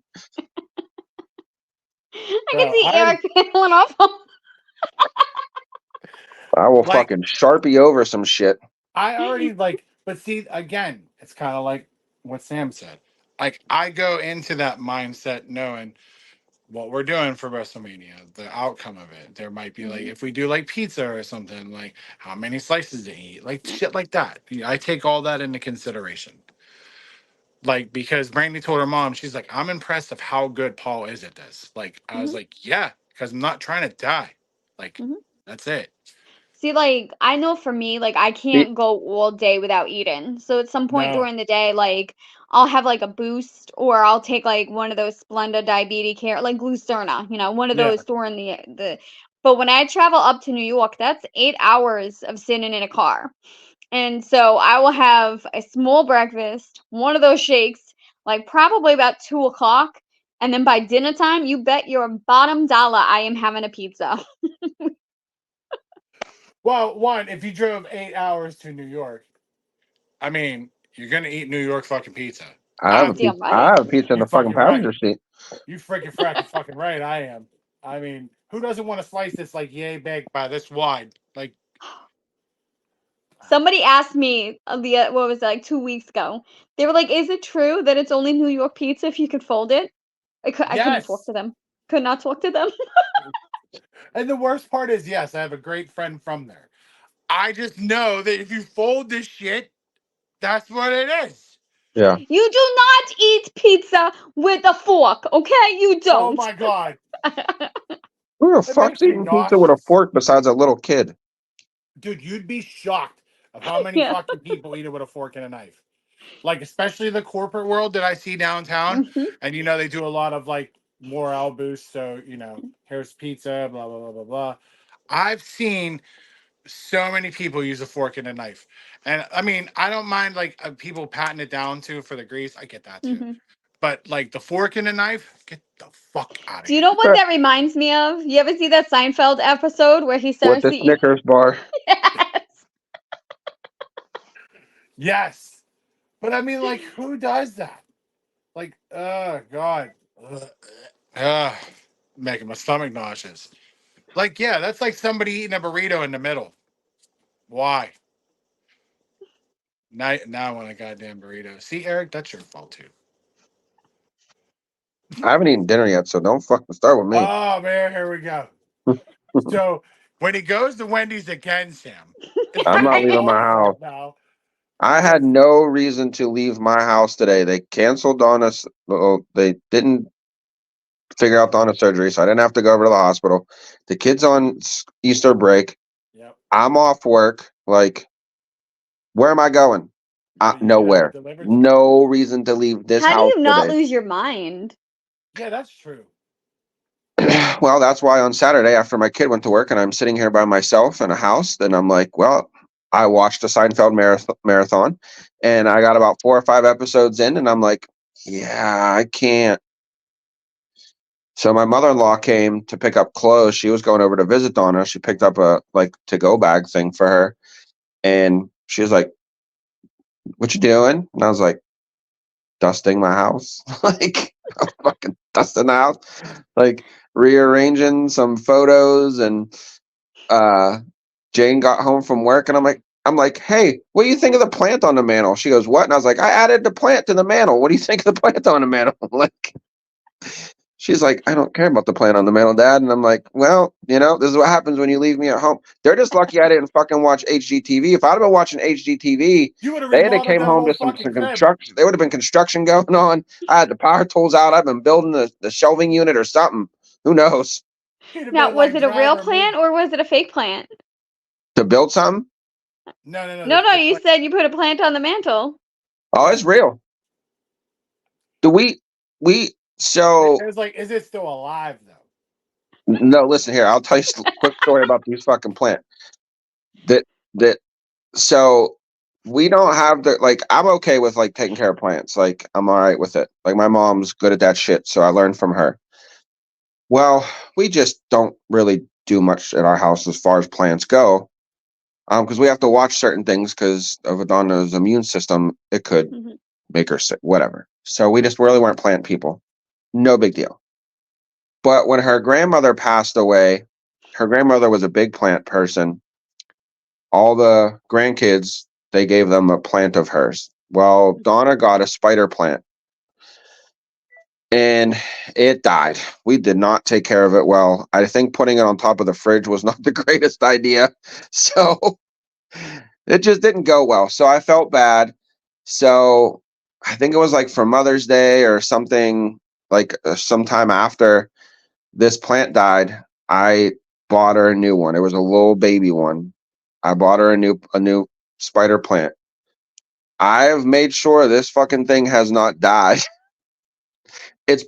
We've had it for a few years now. Like this thing, Paul's been to my house. Like it has grown so much. It has taken over my big display window in my dining room. Like that's because that's where we have it hanging. It gets so much sunlight and everything. Like, and I've actually have cut 2 babies off of it and have started 2 more to the fact that I now have one that is taking over my front window and I have it's starting to sprout bigger leaves. That's the one I put on my mantle.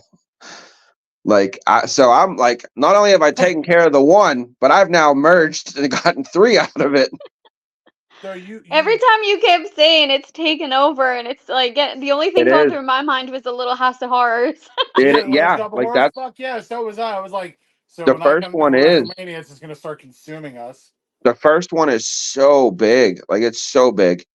And the second one is starting to get that way.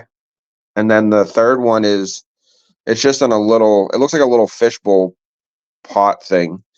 And it's got the long leaves. It just hasn't sprouted any of the like viney things.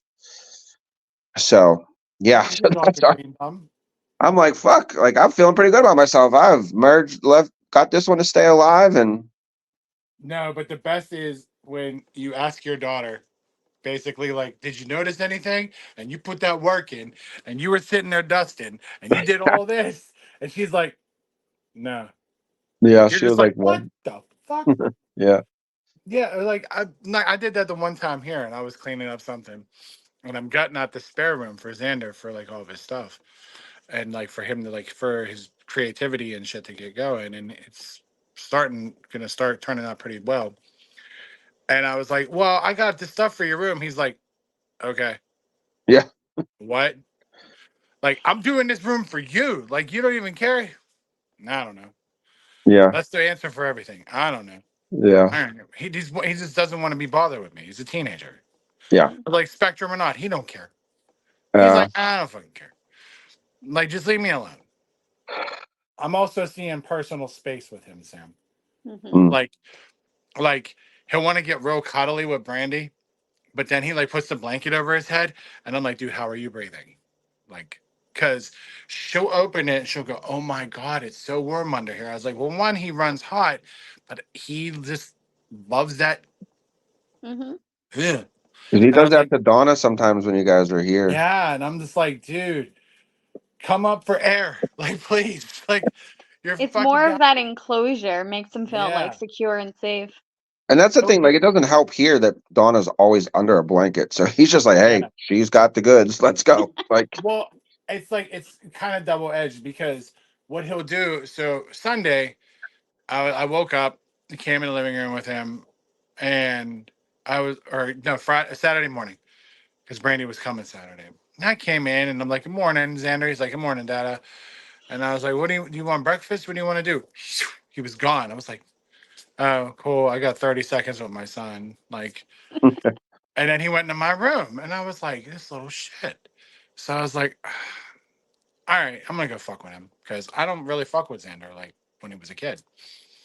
So he's there. He is. He's under the blanket, and he Mhm. got his phone, and he got a switch. It's like he has this whole underground electronic networking thing going on. I commend him for it because mm, I love how he has it all going on. But I can see where it is, and I'm not trying to break any electronics, of course.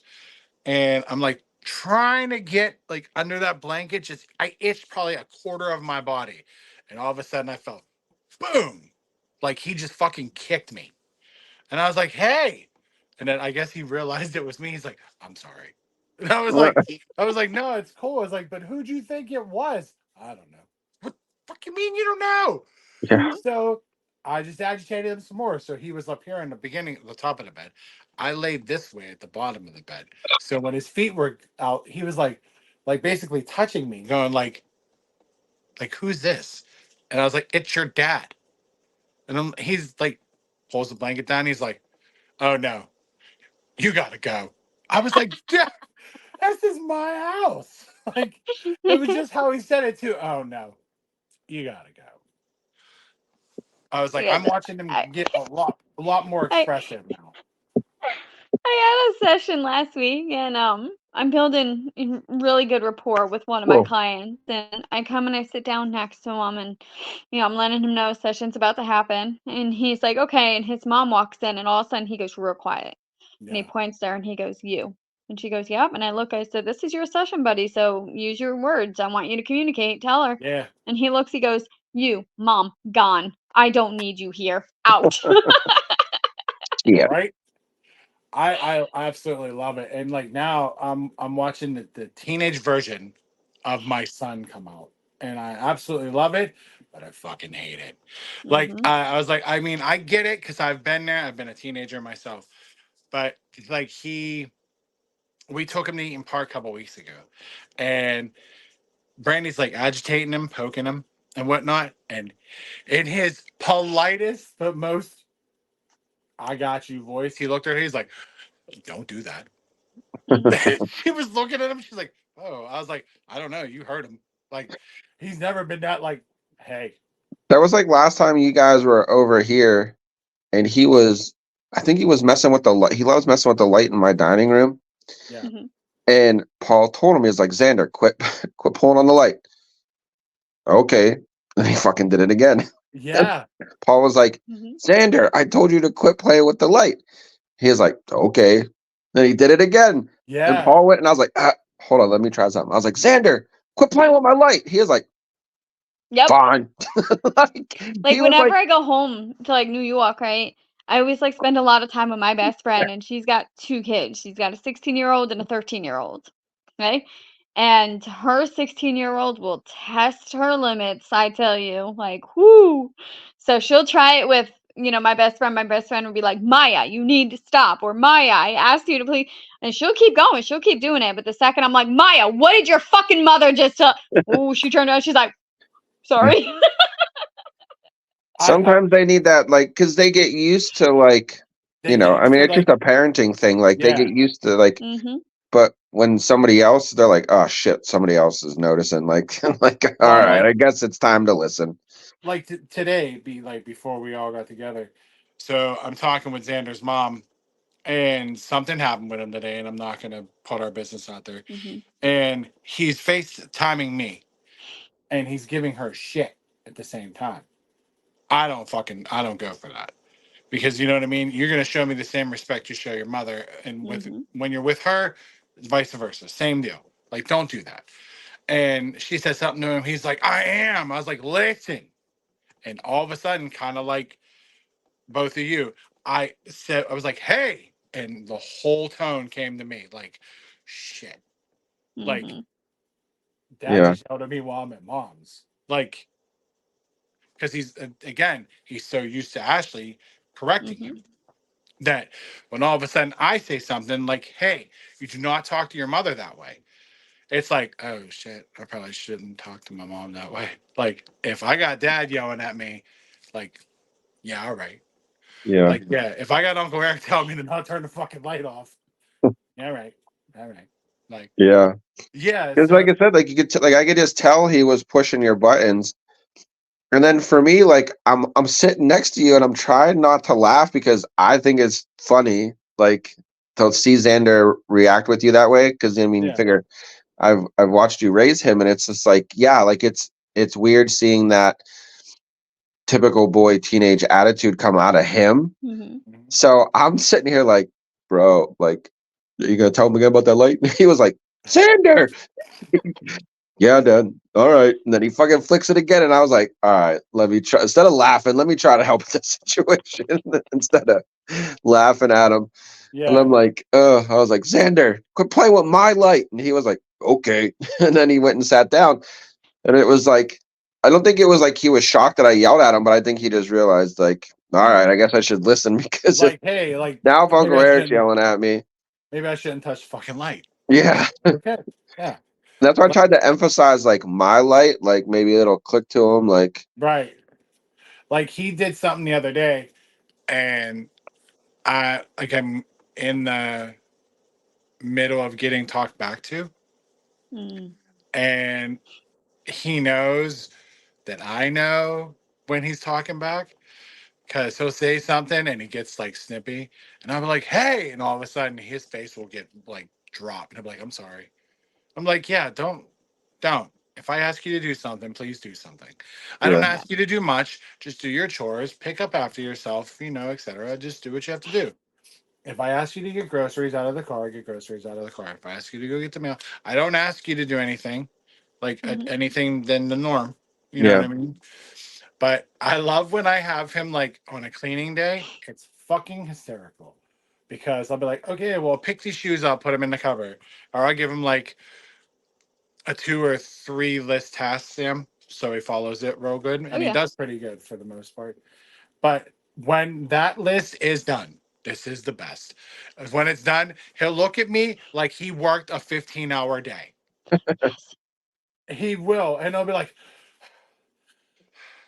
what? He goes, Xander's all done. I'm tired. I was like, you picked up shoes, moved them into the bedroom, you took out the trash, and you put dishes away. How tired are you? yeah, I'm like, See, but like I'm gonna add to that because one thing I know we talked about the last time I was with you guys and we talked about it. You talk about how you reward him. You're like, oh, he has like he does all his chores or he has a good day. Like I reward him, and that I got to give you a lot of praise for, Paul, because there are so many parents out there that are like, just do your damn chores.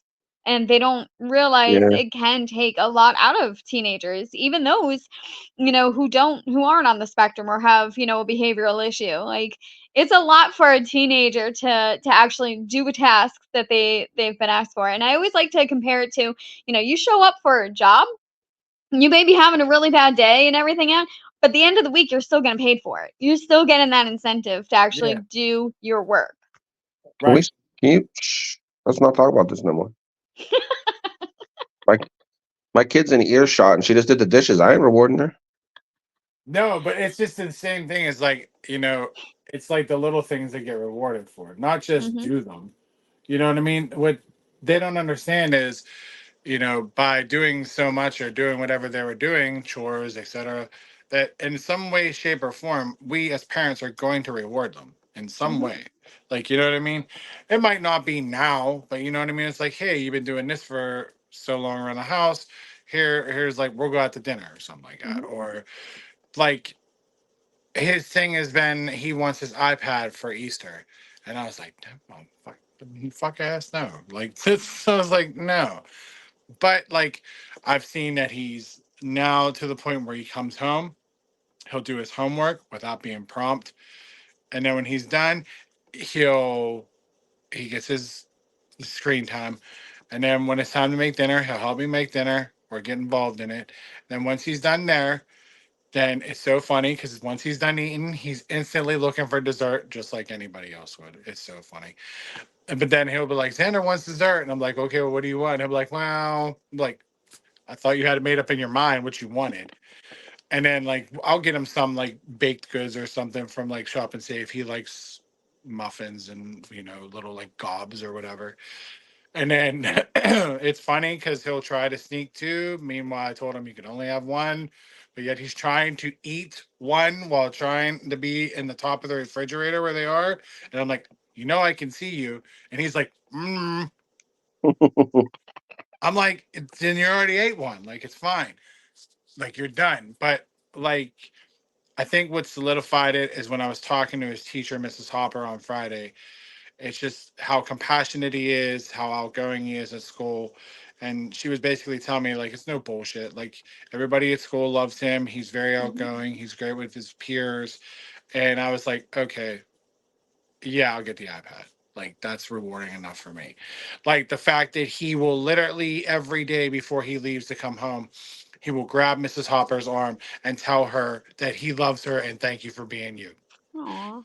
And I was like, yeah, all right. Yeah, we're getting an iPad. Like, yeah, all right. You earned it for sure. But I do that with him all the time. Like, if I have to go donate plasma and if he's with me or something, I reward him by taking him to like Five Below. If you help me, like I basically tell him, if you help me, I'll help you. So it could be anything. Extra screen time, and I just feel like I don't know, if you do something, it should be rewarded. Not Mhm. like every little thing, you know what I No. mean? I'm not like babyfying them or spoiling them. It's just to the point where it's like, all right, like you did your chores, so here's like 15 minutes more extra screen time.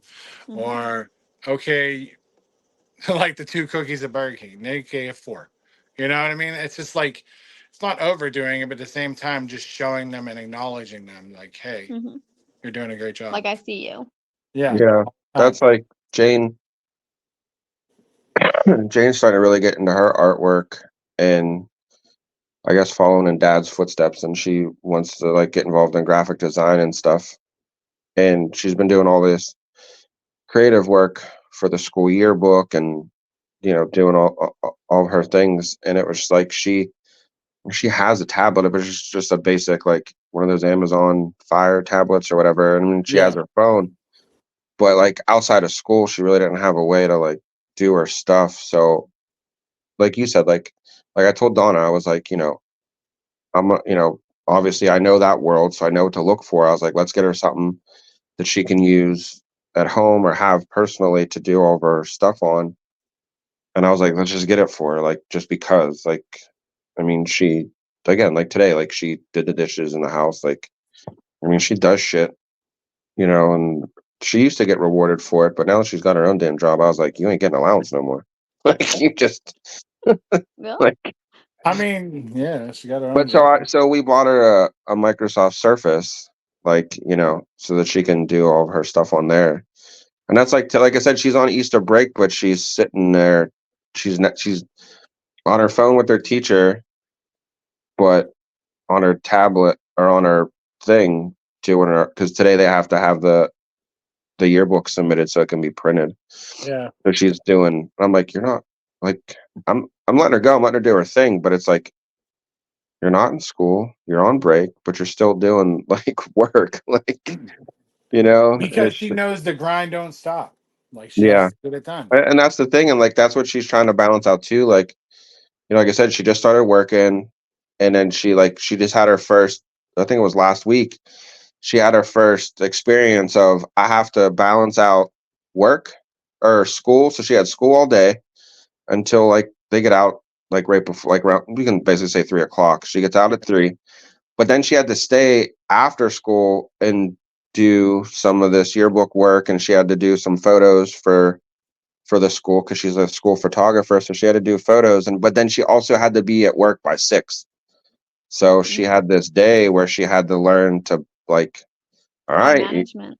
you Yeah. have to do all this shit, and it's like, so yeah, she's experiencing the real. She got her first paycheck, and we looked at it, and I was like, all right, well, you got paid, and I told her, and she was like, oh, like, well, yeah, the thing called Yeah. taxes. That taxes will get you. Yeah. But I just had that happen with Riley. She was breaking it down with my mom and she was missing blah blah blah. I was like, does it sound like maybe about like $50 to $75? She was like, yeah. I was like, that's your taxes. yeah, She was like, no, but they said I got paid blah blah blah an hour. I was like, yes, honey. But at the same time, they're gonna take these out for your taxes. You get them back, not all of them, at the beginning of the year. I was like, but that's taxes. She's like, that's bullshit. I was like, welcome to the real world. Like, believe me, I feel you. that's what I told her. I was like, at least it's just taxes. I was like, I got taxes coming out. I got medical coverage for the whole family coming out. I also got a parking permit to park in Oakland that comes out of my fucking paycheck. I'm like, so like, be See, happy this is it's what just you taxes. know you've reached like official adulthood because so I've officially paid off my car. It's good not having that that car payment each month Yeah. and so now it's getting to a point where I'm like, do I really want to trade it in now or do I want to wait till it shits the bed? Because out of everything else that I have to do, the last thing I want is a now more expensive car bill to Yeah, add to everything else. Yeah, I'd say probably just wait till it shits the bed. that's I what I was wait. trying to Yeah. do. Like, we had a year left. We had 1 year left on our car to pay it off, Mhm. and it didn't give me the fucking option. It crapped the bed. And now so we started all over again with a whole new car payment. Now my car payment only went up like $40 Oh, from the old car to the new car, so it wasn't that bad, especially because for the car that we have. But it was just the fact of I'm like, fuck, I got 5 more. What? Like, I was almost done. Yeah. But it's like, but I know what you're talking about, Sam, because like, so we paid off our house. Like, we don't owe anything anymore on our house. So it's nice. just like we just paid the taxes. Like, we just have to pay the property tax and fucking city school tax. And I just paid those off for the year. So I'm like, oh yeah, the rest of the year, houses, there's nothing. I don't have to put out a fucking penny for this damn place the Right. rest of the year. So yeah, it's nice when you can like get a big thing, a big item knocked off the list. Right. It's huge. And then that's why I was like, just kind of wait if hot on your car and just see how it like if Yeah. it starts kind of slowly shitting the bed and you kind of feel certain things here and there. Yeah, maybe. But for now, try to like, I don't know, ride the wave and kind of save whatever your car payment would be towards, whatever. A vacation. You know what those are, Sam. Like when you actually can have a break to do something. Well, Vacation. yeah, because I've been oh my God, this summer I've got so much planned, and I was sitting there looking, and I was like, I think this is the first time in history that I've used this much PTO. Look at you. If Sam signs up for another fucking concert that I want to go Sam is to, already going to see Creed, because come on now, I have been waiting forever to see them because they were I loved them since I was It's like fine. 14. Look, I saw I'm them when they sitting- were cool to see them. Like I I'm saw over them here. back in the day. They're so cool. Hey, I was don't knock me. I just downloaded the new Scott Stapp CD. Like I'm like I'm still with it, but I'm just saying, like, I guess it was high school. Like I went and saw them, and yeah, I mean it was a good show. I mean they're a great show. But yeah, like there's a couple other ones, like because me and Brandon were talking about it when we were out for St. Patrick's Day. I'm like, because so like Paul listens to rock music, but not, I think like definitely not like I do. hmm But so like I feel like I'm like, hey Paul, there's a rock concert coming. Like I want to go to. Like I think he'll go. He'll like see, like, he'll experience. He just goes. But I'm like I don't have anybody that I could say, hey, I want to go to this concert with. And now I'm like, now I have Sam. I'm like Sam's going to all these shows though. I'm like I can't. Reach out. I'm there. Like I'm gonna go see Or- Rob Zombie and Alice Cooper. Dude, our buddy John. I was with him like I said last night. We went and saw the Ghostbusters. He over the summer went down to Nashville. Him and his brother travel and go to Comic-Con things because his brother works for a comic book store. So they go and set up a booth. So he travels and goes to all these comic book conventions. And they were in Nashville over the summer. And the dumb luck this guy has, they were like looking for something to do in Nashville. Like that's not hard to do, but they're not country music people. So he's like, we're looking for something to do. They stumbled upon the Rob Zombie Alice Cooper concert and walked in. Nice. I'm like, I've seen Rob Zombie countless times, and yeah, I have. he gets better too. every time. He Rob's does. good. I wouldn't mind seeing Alice because he's one of those guys where it's like he's not going to be doing this much longer. But no. See, I was hesitant on that because I was like, oh, well, I've already seen Rob Zombie like over 10 times. So I really want, and I was like, but Alice Cooper, I need to see him at least once. Yeah. Like, I can't just pass that up. we always me and Donna pick one concert a year that we like. We look at the list of shows coming to Pittsburgh and we try to find one that we want to go to, and that's like our dedicated, we're definitely going to this show. It was hard this year because I want to go see Justin, but it's so expensive and I'm like I just can't. I can't do it. You probably saw on my Instagram. So my best friend is obsessed with Chris Brown. She has been dying to get me to go see Chris Brown with her, right? Yeah. So I was like, when he finally announced the tour dates, I was like, he's going to be in New York on a weekend.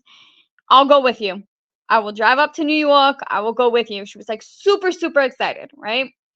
So the day comes and she was like, all right, you and I, we're both going to go on Ticketmaster at the same time because we got to get these tickets.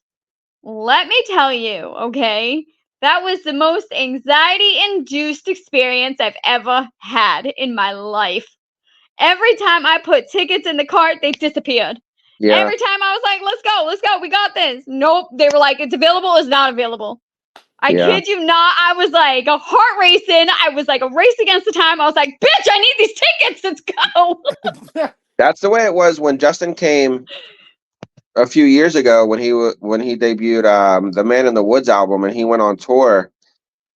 I was like, I'm going. Like it was like a life bucket list to see Justin Timberlake at least one time in my life because my cousin is highly obsessed with him. Like I know some other people that have seen him live and they're like, he's a great show. Like you got to see him live. And I'm like, okay.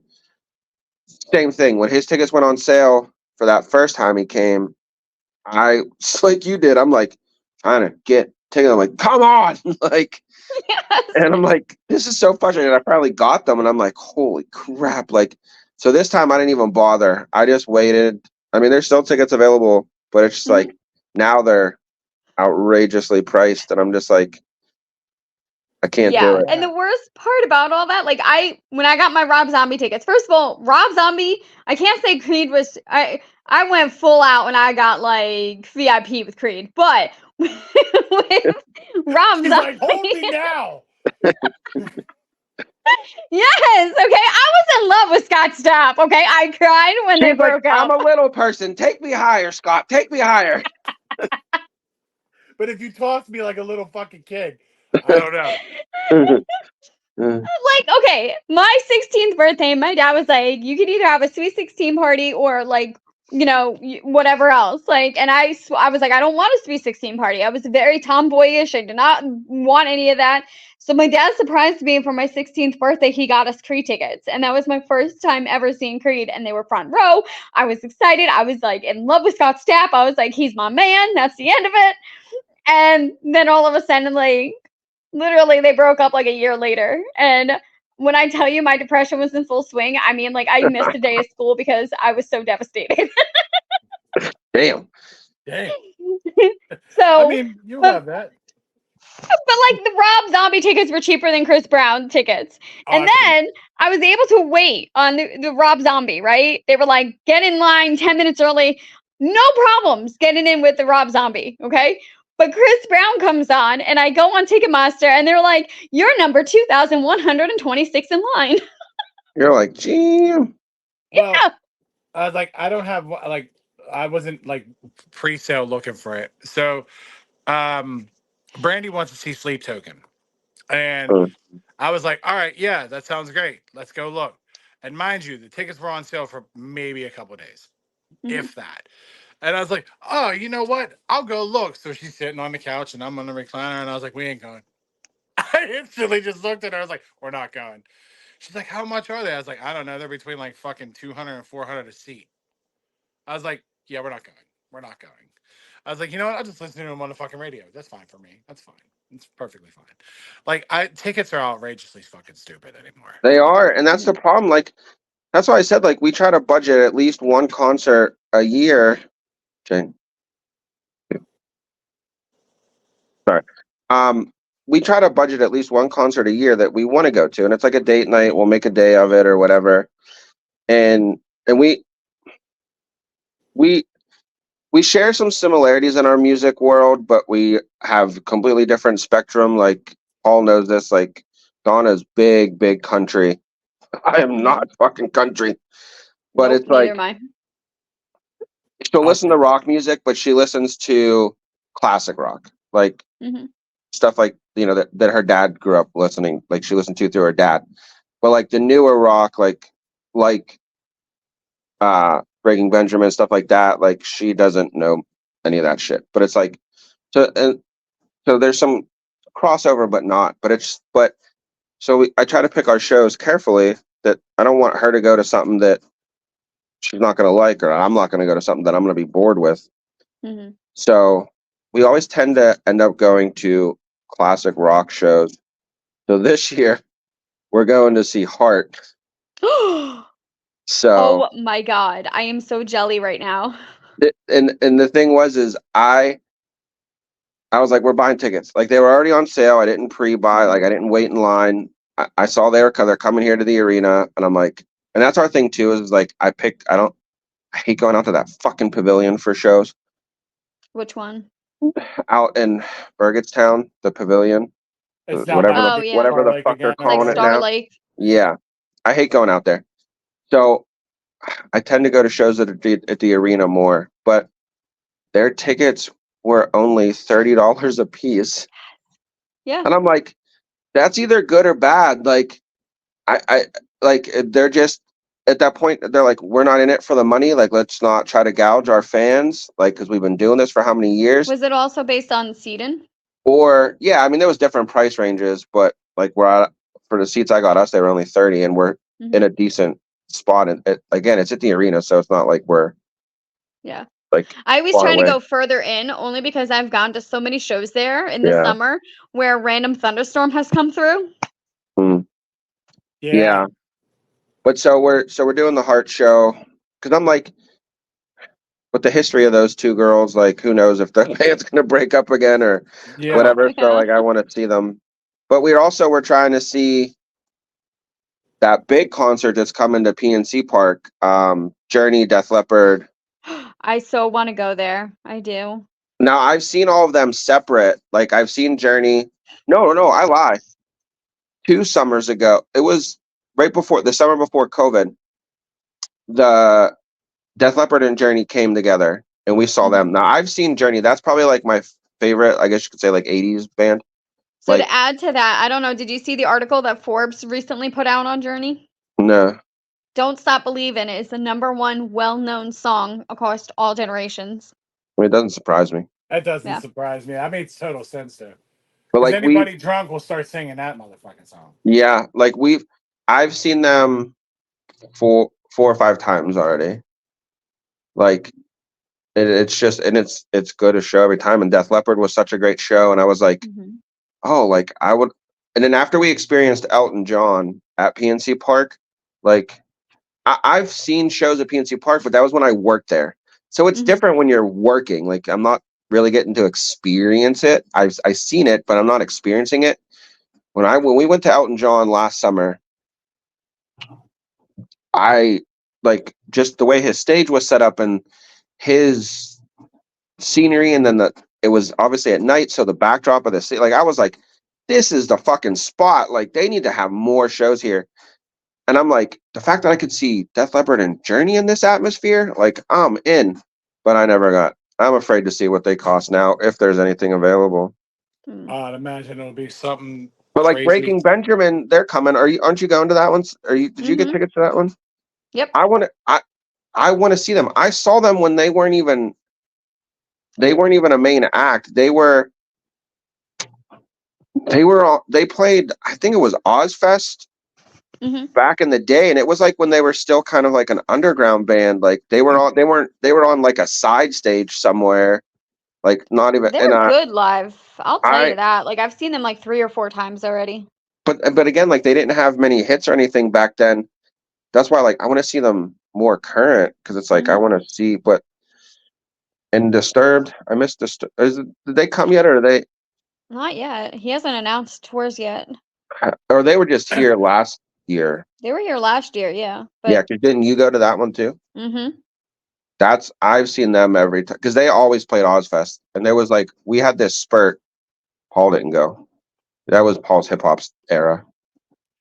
Paul still is hip hop era, but I would go to that Breaking Benjamin's concert in the fucking heartbeat. I'm saying, like, your music taste has changed. That's why, like I said, if I'm like, hey Paul, like, hey, do you want to go see Breaking Benjamin? Like, I know you would go with me, because I know you've gone to some day, bro. You've gone some shows with Brandon and stuff, but it's just like my rock concert buddy moved to Carolina, so it was like I'm like, fuck, what do I do?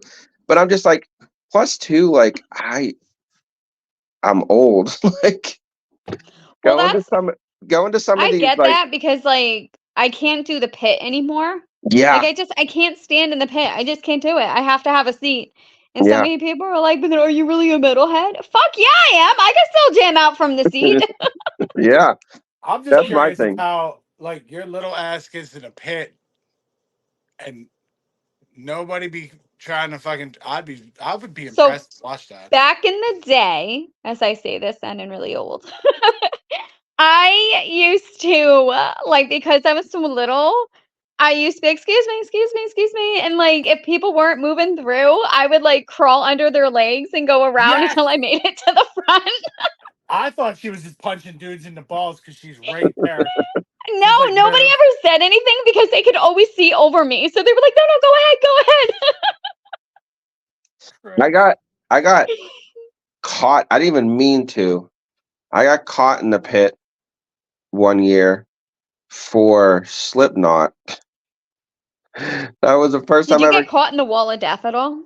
I got elbowed in the fucking jaw, and I was done. I was like, I'm let's go. I'm out of here. Like, and it was like an Ozfest or something. Like, it was a big. And but I like was the pit was so much better, in my opinion, back in the day, when you were actually able to be like right there next to the stage, and you could see them, and like you could, have them spit on you, and everything was grand. Yeah, like it's as I said, like the rock, like the newer generation. You laugh, Paul, but I had Ivan Movie spit on me years ago, and that was heaven for me. I'm sorry, I just like how I get shit for some dude pulling his fucking needle out on me, but she's allowed to get spit on. What the fuck happened? Can't judge a woman, Paul. Can't judge a woman. No, I'm not. She'll punch me in the dick. I'm not having that happen. But that's Like- fucking great.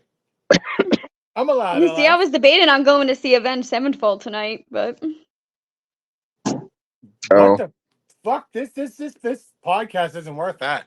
I'd have been gone. I've already seen Yeah. Avenged Sevenfold like so many times. This like it's another Yeah, time. they're good. Yeah, right.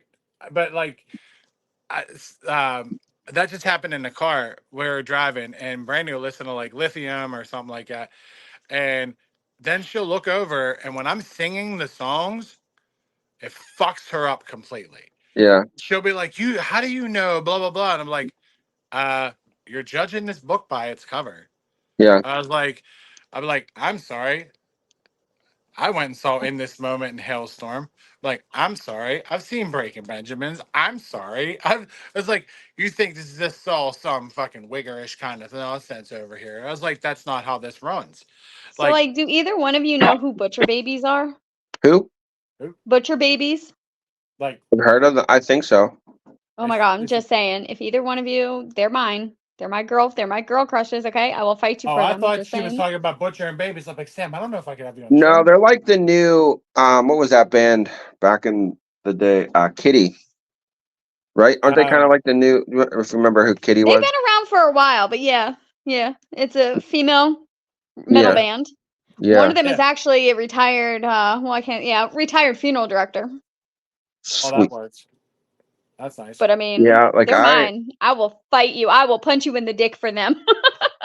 like that's the thing, like you're seeing a lot more like girl rock bands, like more like the modern rock or whatever they're calling it nowadays. But like Mhm. and I'm for it. Like Yeah. I think the last one I went to was an all-female headliner.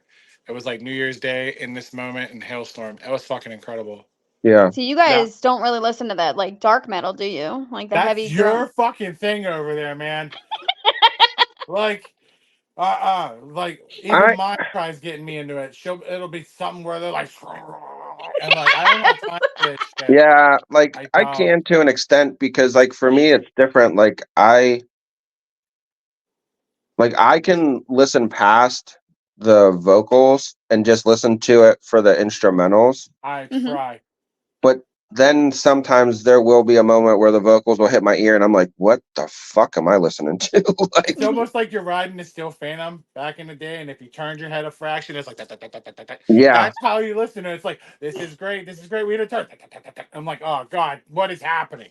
that's like I am a big fan of Falling in Reverse. Mhm. And because like their news, like they have this style where like I don't know, it's like some of these newer bands are mixing almost like a hip hop style to their rock. Most of them, yeah. Kind of like I call them like wannabe Linkin Park type bands in a way. But Yeah. so like Falling in Reverse caught my ear that way, so I've been listening to them. But then I was just listening to their one album yesterday while I was out driving around, and it started off. The song was like good. I'm like, oh, it's a good jam. I'm just doing my thing, and then he got into one of those screaming bouts, and I was like, Mhm. what the fuck? That was not needed. Like, You'd probably like his earlier stuff because he has gotten heavier since his first Yeah. couple of albums. I've noticed that. Yeah. That's just like I've really been listening to, and I think Sam, you follow them. Like I see you post stuff for them on Instagram too. Is that the Ashes Anew? Love Yeah, them. they're Yeah. good. They're fucking awesome. And then this like they just seem like good dudes too. Like because like if you follow their Instagram page, like they do so much. Like they had one of their recent shows. There was a kid. It was his birthday, and they fucking gave the dude the guitar. And I was Yep. like, what the fuck? Like, I started following them like way before they even got big. So I Yeah. started following them the same time I started following like Ice Nine Kills. oh yeah, they're good too. And Ice Nine Kills, like when I first like got to know they were like literally they played at Mr. Smalls and it was a small crowd. It was like nobody knew who they were. And I was like, fuck, I love this band. And all of a sudden one day they just blew up and I was like, fuck all of you, because I liked them when they were little. That's how I felt about Disturbed because I had seen Disturbed. I didn't know who they were. I'll admit it. I had no idea who they were because they weren't famous then. Mhm. They were the opening. Like there's like, when you go to rock shows a lot, and I guess country does it too. But like there's, your main act and then like the opener for them, which is, Mhm. somebody on the famous side. But then you get like Yep. that kind of, they either find like a local band or somebody that's trying to break into the industry and they're like the third, like the very first Yep. opening act. I saw Disturbed. That's how I discovered them. They were the very, very first act for Godsmack Mhm. way back in the day. And I was like, who the fuck is this band? Like, because they still came out and put on this awesome show. Mhm. And I was like, for them to put on that kind of performance being the nobody act, like, Well, that's how I started following From Ashes to New because they were the opening act for Shinedown. yeah. Shinedown's good. I've seen them. Mhm. Yeah, I like how she has a Mr. Small story. I saw Five Finger Death Punch before they were Five Finger Death Punch at Mr. Smalls. So, yeah, like I had a guy that used to work at Benshaw. He was in a band. Ironically, I love their band name. It was called Ninjas Who Met God. They didn't go nowhere. But anyway, they were opening up for this band, Five Finger Death Punch. And I was like, who the fuck is Five Finger Death Punch? And then Mhm. I went to the show, watched them open and whatnot, and stayed for the show. And I was like, that fucking band's pretty fucking dope. Yeah. And then that's how it is. It's like you don't know them, and then you get this cult following, kind of like with Mhm. Sam and with you. I mean, it's with any really music genre. It's like somebody will pop, and you'll have that. Like, there was like I forget who the hell it is. Stardust is that their name? Stardust. Yeah, Mhm. I saw them open for Hailstorm the first time I saw Hailstorm, Yeah. and I fell in love with them. I was like, this is fucking great. I like them. And then like that's what brings me back to in the car. So Carnivore was playing Mhm. and I'm singing it. And Brandy's like, you are fucking blowing me away. I was like, dude, like you're judging this. Yeah. Like I was like, I know shit. And like especially like I didn't know Breaking Benjamins was coming. Now I might be on that motherfucker. Like Yeah. 'cause And they're I was coming like, with somebody else good. Like, they got a good tour coming. It's them and who? Sam? no, Sam. You're up. Who? Breaking Benjamin. Who are they coming with? Oh, I don't even remember. I have too many concerts this summer that I'm seeing. You I got a can't Damn, keep fucking up with all of them. notepad just I'm jealous. I do. I like seriously. I'm not even joking you. I know people who were like, "Oh, well, I have like like rainy day fund." I have a concert fund where I put money in. So Yeah. summer Like I said, comes, that's bam, what bam, we bam. do. Like we'll try to find one show. And this this is what I said. Like I've made this comment before, like just those signs of getting fucking old. Like, so we try to do one concert Sorry, and I think they're opening. They're with Stained. Go ahead though. oh, that's who it is. Yeah, because that new Stain album is actually pretty good too. Um, but they we've been doing musicals. Like we've been going to like Broadway shows, and I'm like, hey they're man, do fun, what you want. but it's like I'm just like, what have I changed into? Like, what the fuck? Like, I never thought I'd be a musical person. But Yep. so we try to do one concert, and we'll stumble upon a musical we'll go to also. But it's like, yeah, like I have like a mental list of like, I want to see that, I want to see that, but I just can't. Hmm. Before anybody gets in my comments when we put this on YouTube, it's Star Set, not Stardust. Stardust, the character on WWE. Don't worry, it took me about 2 fucking seconds. I got to it. Okay. I still know some rock. Okay, calm the fuck down. I just let you roll with it. See, but like, No, here's but the thing too. The there's way you calm. see me now, like this is what I wore to work. This is what you see at me at work. Like I go to my concerts though, it's a whole nother story. You got the makeup, the boots, like the whole 9 yards. So I got people who are like, "You're not metal, girl. You better like you. Don't judge me. You Did you haven't seen it. did you You know say what that boots is? or did you say boots or boobs? I got both, man. I was I'm like, just where have you been? I'm just trying to clarify. I mean, the boots got to make her somewhat taller so she get through the shit and all that shit. You know what I mean? Now Jesus. I just Christ. ordered new combat boots and the heel is like that big. We're good. See, that's all for some shit kicking. Not like the country shit kicking. Like it's for fucking beating somebody's ass. Oh, there's still tickets available. We can go see Kenny. I'm good, bro. Ben there did that. See, but you go to a metal concert, and I feel like we're our own little community, though. Like, Yeah. you're all like, "Hey, what's up?" But like, Yeah. dude, you could be black, Asian, white, Puerto Rican, whatever, and people will still accept you. They'd be like, "Yo, you like Disturbed? Like, let's talk about it." It is Yeah, right. strictly music. Like I It is. saw that because like when we went to see Toll, I knew the ambiance going in. I know how it is, like the breakdown of the whole concert. Like, Yeah. don't pull out your phone, don't do this. I know the structure, like, because I know Mhm. that's what Maynard's all about. But then when I walked in, I was like, holy shit, there's a lot of fucking diversity here. Yeah. Mhm. And I just kept looking around. I was like, all right. All right. I mean, half these people were fucking tripping off LSD or whatever, too. So, I mean, whatever. I mean, That It's helps Tool. occasionally. rightfully That fucking helps so, that right? helps for a little harmony in the world. I mean, there was a guy literally at the end of the row when we went and saw Tool, literally pulling at the fucking PPG fucking vest that they wear, guys like the ushers, because it's bright blue, and he just kept going like, "Let me get one of them. Let me get one of them." And I was like, "Dude, you're gonna get kicked the fuck out of here." Yeah. And then when they came on, he literally sank in his chair, like it finally kicked in, and I was like, "Yeah, he's done. He's done for the rest of the night, bro. He's not moving." Yeah. I've got to be I'm probably the minority on this one, but I prefer Perfect Circle over Tool. I was like, "There's 3 different bands, so." Right? And I was like, I've saw one of 3. I'd like to see the other 2 before I die. Yeah. Well, good luck with that. Go talk to Maynard and let me know if he. Yeah, I know, right?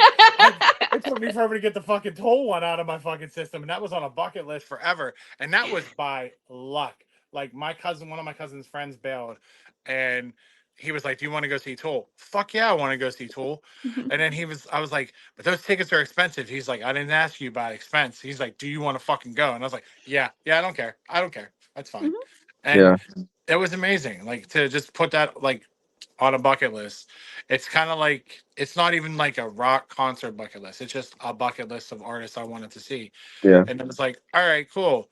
Now it's like I didn't have to pay fucking atrocious amount of money like he did for it. So That's the way I feel about Kenny Chesney. Like, but it's just like, but I don't want to deal with that atmosphere. Like, I want to go and experience him because out of all the country shit that gets played in my house, like he's the only guy that I'm like, that's cool. Like I can listen to his music. And Mhm. it's just like I just want to experience one of his live shows because I hear him performing live. Performing live is awesome, but it's like I don't want to deal with all the drama and headache that's around the show. then you just got to get in there. You got to get in there. Like that's all you Yeah, really have to do. Avoid it and just go in. yeah. So it's just like but I'm like, yeah, he's not an old dude, so I feel like he'll be doing this for a little while. I'll get there eventually. Right. Hey, they But got this bills year's to pay lineup, too. though, but this year's lineup, like, is I feel like the perfect lineup for me because again, I don't do country really all that well, like much. So it's like the two, like, besides him, he's coming with Zach Brown band, and it's like that. I know those guys too. Like again, when it comes to country, I'm limited to my artist, but I know those guys, and I'm like, that's the perfect lineup for somebody like me that, like, I don't know much in the country world. Like this motherfucker dragging me to Toby Keith or whatever, and you know, I'm just like, Every fucking time. well, Meanwhile, dude's all fucking drunk and tied up off his ass, but he didn't have a good time.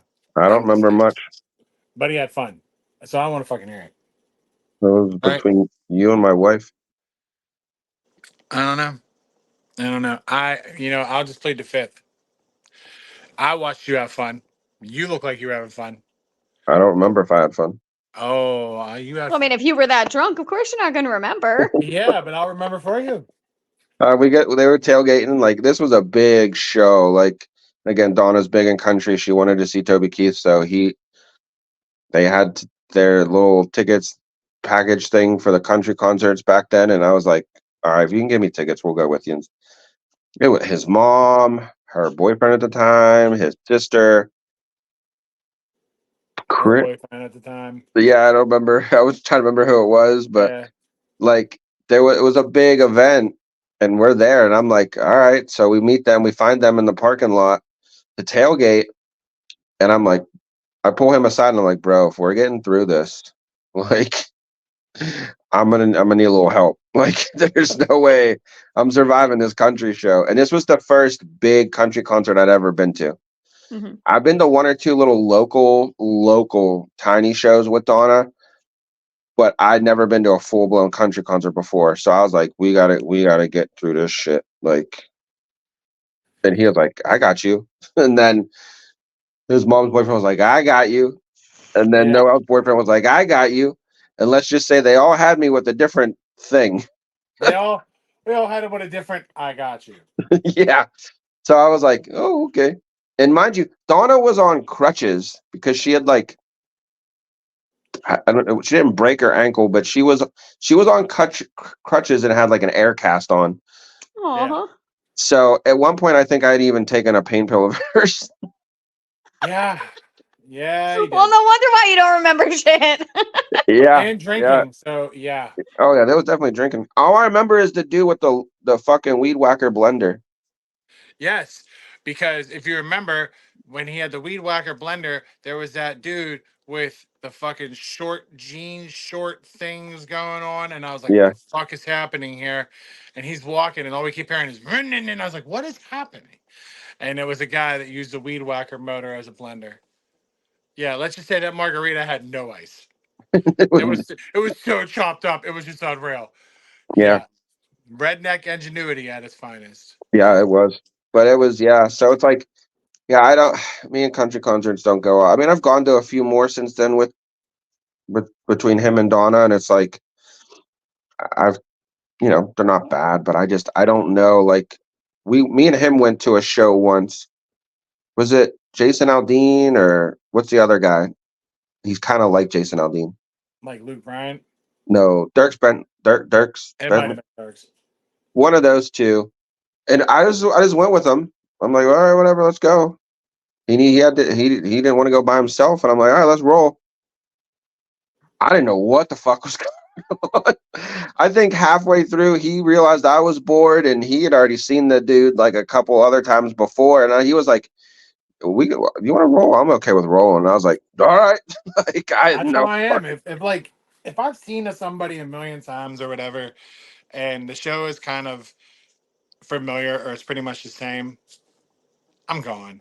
Like, Yeah, I mean, unless something astounding happens, you know what I mean? Then, yeah, but if it's like the same show, and especially when we had the mega ticket, I don't think really anything has changed. Like anything would change year to year, because Mhm. yeah, you're seeing them the year, and then the following year, then the following year. So nothing really changed. So at that time, I was just like, if you want to leave, we can leave. Like that's how I am with the pit games too. I'm like, yeah. if you want to leave, we can fucking leave. Like it's not a big deal to me. Well, we only left one pick game early, and that was when Mason Rudolph. Actually played football before he became a Steeler. Yeah, that's when he was with Oklahoma, Yeah. and at halftime it was like 50-3, No, it was like 28-0. and we were like, "Yeah, I think And this I was game's like, let's get over." the fuck out of here. And then Pit loss. them good old boys from Oklahoma State. Y'all leaving? Yeah, and I think Yeah. it started like raining too and shit. We were like, "We're out." Yeah, for sure. Well, baseball season starts. Thursday. Yes. Mhm. That's Christmas morning to me. I'm excited. I bet. I I'm mean, looking forward to it. there's a snowball's chance in hell I'm gonna see you at fucking Pirate home opener. Like, let's get serious. Oh hell no! The only time you're going to see me at a Pirate game is when they're It's when playing they're the playing the Mets. fucking Mets. I'm aware. I I'm don't know if aware. the Mets. Uh, I think they come here this year. I was like, tread carefully how you say this, man. Like, They're coming this year. Oh, I don't have a It's problem later with the in the year, Mets. but they're coming. I don't have a problem with the Mets. Sam will agree with me on this one. I don't fuck the Yankees. Yeah, no. See, I just sorry. wear the fucking. I got to wear I got to go to a fucking baseball game where they played each other. I finally got to see it happen. I don't give a fuck from here on out. Nope. Yankees suck. Yankees suck. Yankees suck. Don't even get me started. I've seen them once because I was dating someone who was like, I want to go to Yankee Stadium. So I was nice and I went, but I will never fucking step foot in the freaking Bronx to go see them again. Never. You see how much New York came out of there right there? I'm not gonna lie. I might just keep fucking with her with the Yankees because I like seeing it come out. Like that was great. That's made my day. Cancel this. Sam, don't worry. cancel I that. can cancel him just because he's the host. I have controls. I can cancel his absence. It'll just be me and you for the last. I was like, I don't know. But I was like, we probably should wrap it. We're at like 2 fucking hours and 10 minutes. Mhm. So don't you shrug. I mean, we have things to do. All right. Don't you? Meh. YOLO, Paul. YOLO. Yeah, you only lose sleep enough. Well, I ain't got time for that shit. Look, I'm off work again tomorrow, so I only have to leave the house. I completely forgot. Thank God I saw the Levy brothers yesterday because I completely forgot I'm going to the Penguins game tomorrow with John. So I was like, "Oh shit, yeah, we're going to the Pens game, aren't we?" I Like, mean, like, do you want to though? Because yeah, we're going. It's Jake Ensel's first game back since he was traded. uh, They're I mean, playing are the. the Penguins at least doing good this year? fuck no. Hey, breaking news! While Fuck. we're on here, breaking news: they found the bobbleheads. Oh, from the Dodger game? Jesus Christ. Where were they? Warehouse in California. Wow. Mystery solved. That was so funny though that somebody Also, breaking news: P Diddy's going to federal prison. I mean, anybody who would follow that would know, especially with how weird he's been. Like all these allegations coming out against him and whatnot. It's kind of makes sense. His home in Miami and his home in California were raided for sex trafficking. Yeah. Holy. I'm Yeah. like, no, not Diddy, not Bad Boy. Bro. Yes, Diddy. Did you Yeah. do either one of you like have HBO Max or you have Yeah, Amazon Prime? we have met. I was like, We where you going? Where you we going with we this? share Mac. Like I would Skinamax, highly recommend if you haven't seen it yet, Quiet on Set. That the dark It's side of the kids' TV. yes. I Oh my watched all 4 god. episodes. Yeah. Yeah. Yeah. Yeah. Have you seen it, Paul? All 4 episodes. Oh my god. Yeah. My views are so skewed on it right now. It's on my watch list of things I that highly suggest you watch that. I know we've Yeah. And talked about it. it changes your childhood a little bit for sure. Yeah. Because it was actually Riley, because Riley is that generation that grew up with like the iCarlys, the Victoriouses, and all that. And she was like, Uncle Paul, you have got to watch this. She was like, and if you don't want to watch it, she's like, I highly suggest you watch it and do feedback on the podcast. And I was like, okay, I'll give it a gander. Mm-hmm. And then I got done watching the first episode and I was like, oh my God. And then like to see who starts the second episode, and you're like, wait, what? And then I'm like, all right. And then like Drake Bell shows up, and then he's telling you about he was like sexually assaulted, Yeah. and then like all this other shit going on, and I'm going like And then how they point out all the little things that like we as kids just like never even right, like there was, for a prime example, like Ariana Grande spilling water on her face. Yeah. And it's like almost in a sexual provocative way. The kid from All That, when it first started in like 1988, like he was Nose Man or Nose Boy, and on his arms, like on his superhero arm pads, look like dicks with testicles in it. Like, There's an and we episode where Amanda Bynes pours like toothpaste on I forgot his name, Drake Josh, I think it was a boy's toe, and she sucks it off and then she spits it out to make it look like she just did something sexual.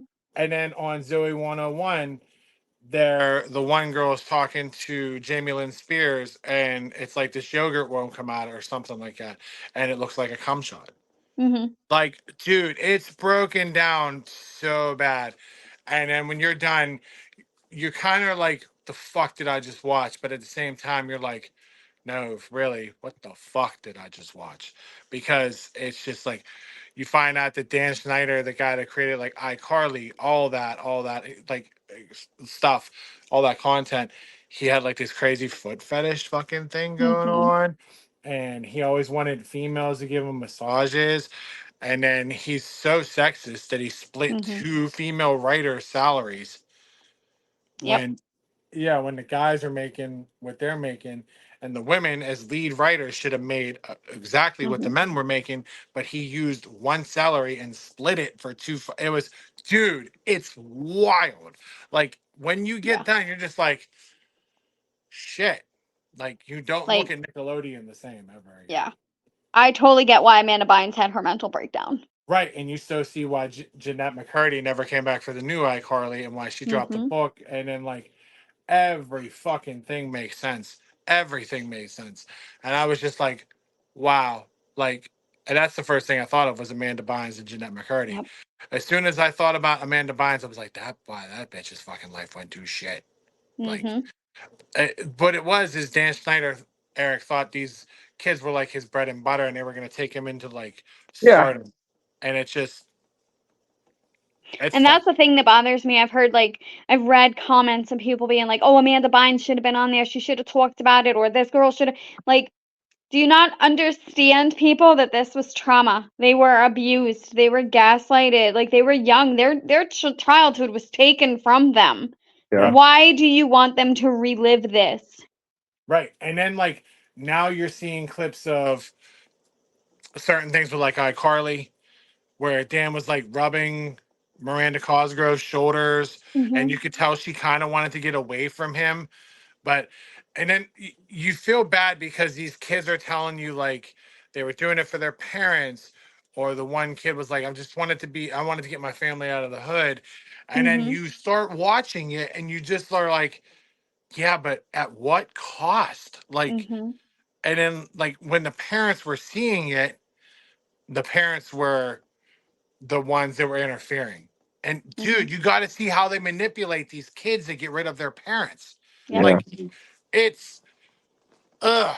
It makes me almost as nauseous as the Jared from Subway documentary. Yeah. Like if you haven't watched that, I highly suggest you don't. Yeah. Because that made me super nauseous, especially as a parent. I don't need Subway. I mean, there's a lot of reasons. But that one is, dude, that's fucking sick. It's literally Mhm. fucking nauseous.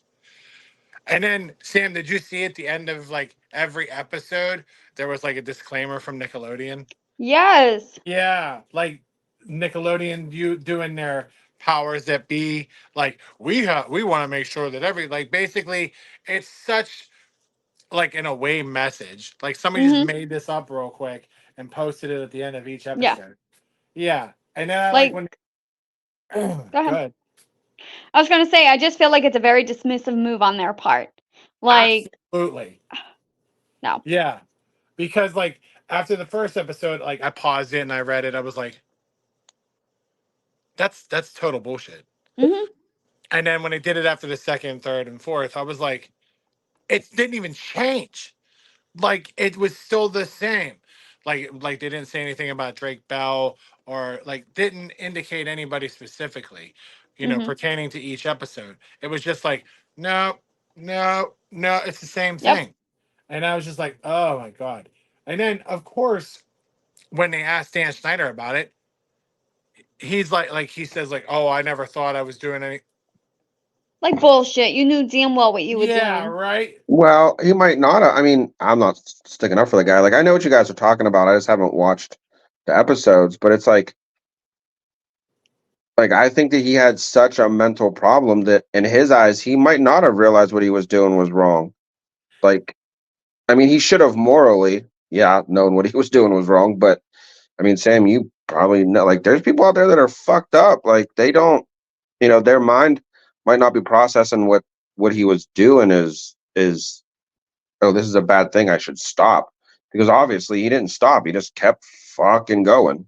But then you find out that he's Devil's completely advocate here, though, he could have been doing it because he thought he'd never get caught.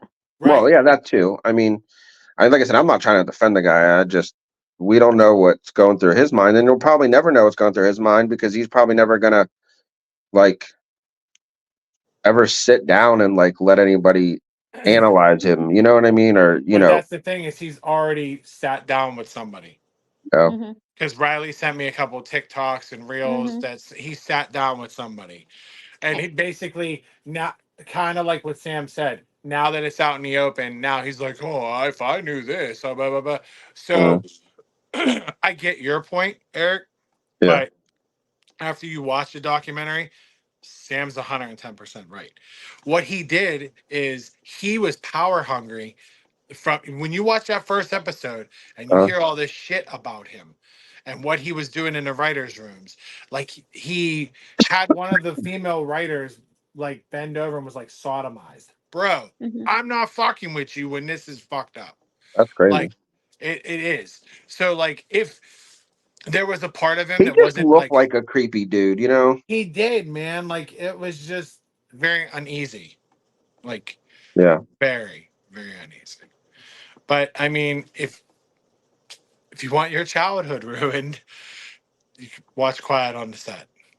Because yeah, like it's a very, very powerful fucking documentary. Like it's crazy. But it was so good though. Like it was Mhm. so good because you find out all this other shit. But I think it's only I would say well, I don't know, because like I would say it'd be like the Dan Schneider like entourage, because both of those guys were in there, Sam. Mm. Mhm. And then you find out about these guys. Like one guy's like hardcore fucking pedophile. Mhm. Like, and then the other one is a guy who sexually assaulted Drake Bell. Like, dude, it's wild. But like, what still pisses me off is that they're still Roman. Like, I don't even think they're behind bars. There's been no charges against them. Like, well, this is coming out, and yet there's so many who are just still like sweeping it under the rug. Like, what evidence do you really have? This never happened. What, Well, that's like, like that. I guess it was the actress that played their mom on Drake and Josh. Like she came out defending him, saying mhm. like, yo, no, it wasn't like what these documentaries are saying. That's like I said, like I've been kind of following along with some of the shit, but I just haven't watched the actual footage, like See, the but that's thing. also where me as a therapist, I go into a whole nother part of that and I say, is that a trauma response? Did they block that out in order for them to move on with their life? And so what they're perceiving is different Oh than yeah, reality. Right. but yeah, like you said, like I mean, that's just like like you commented and said that people like are like, oh, why don't any of them speak? And it's like, why should they? Like, unless they had to go in front of a court or in front of Mhm. an investigator or something to relive that trauma, but just to do it, just for somebody to make a documentary or to make some form of entertainment out of it, like, yeah, Mhm. like I wouldn't want to fuck. I'm like, no, screw you. I'm not. I've repressed that shit. Hopefully, you know what I mean. Right. But Yeah. obviously, we can see some of them haven't with the way like Amanda Bynes is, and I mean, even the Drake kid, like he got into some trouble. Like, Yeah, didn't he he got get like charged with DUIs and rape or shit. something like that? Yeah, so that was nuts. Is what he did is he sent like a text to an underage girl. If I recall, that's what the documentary said.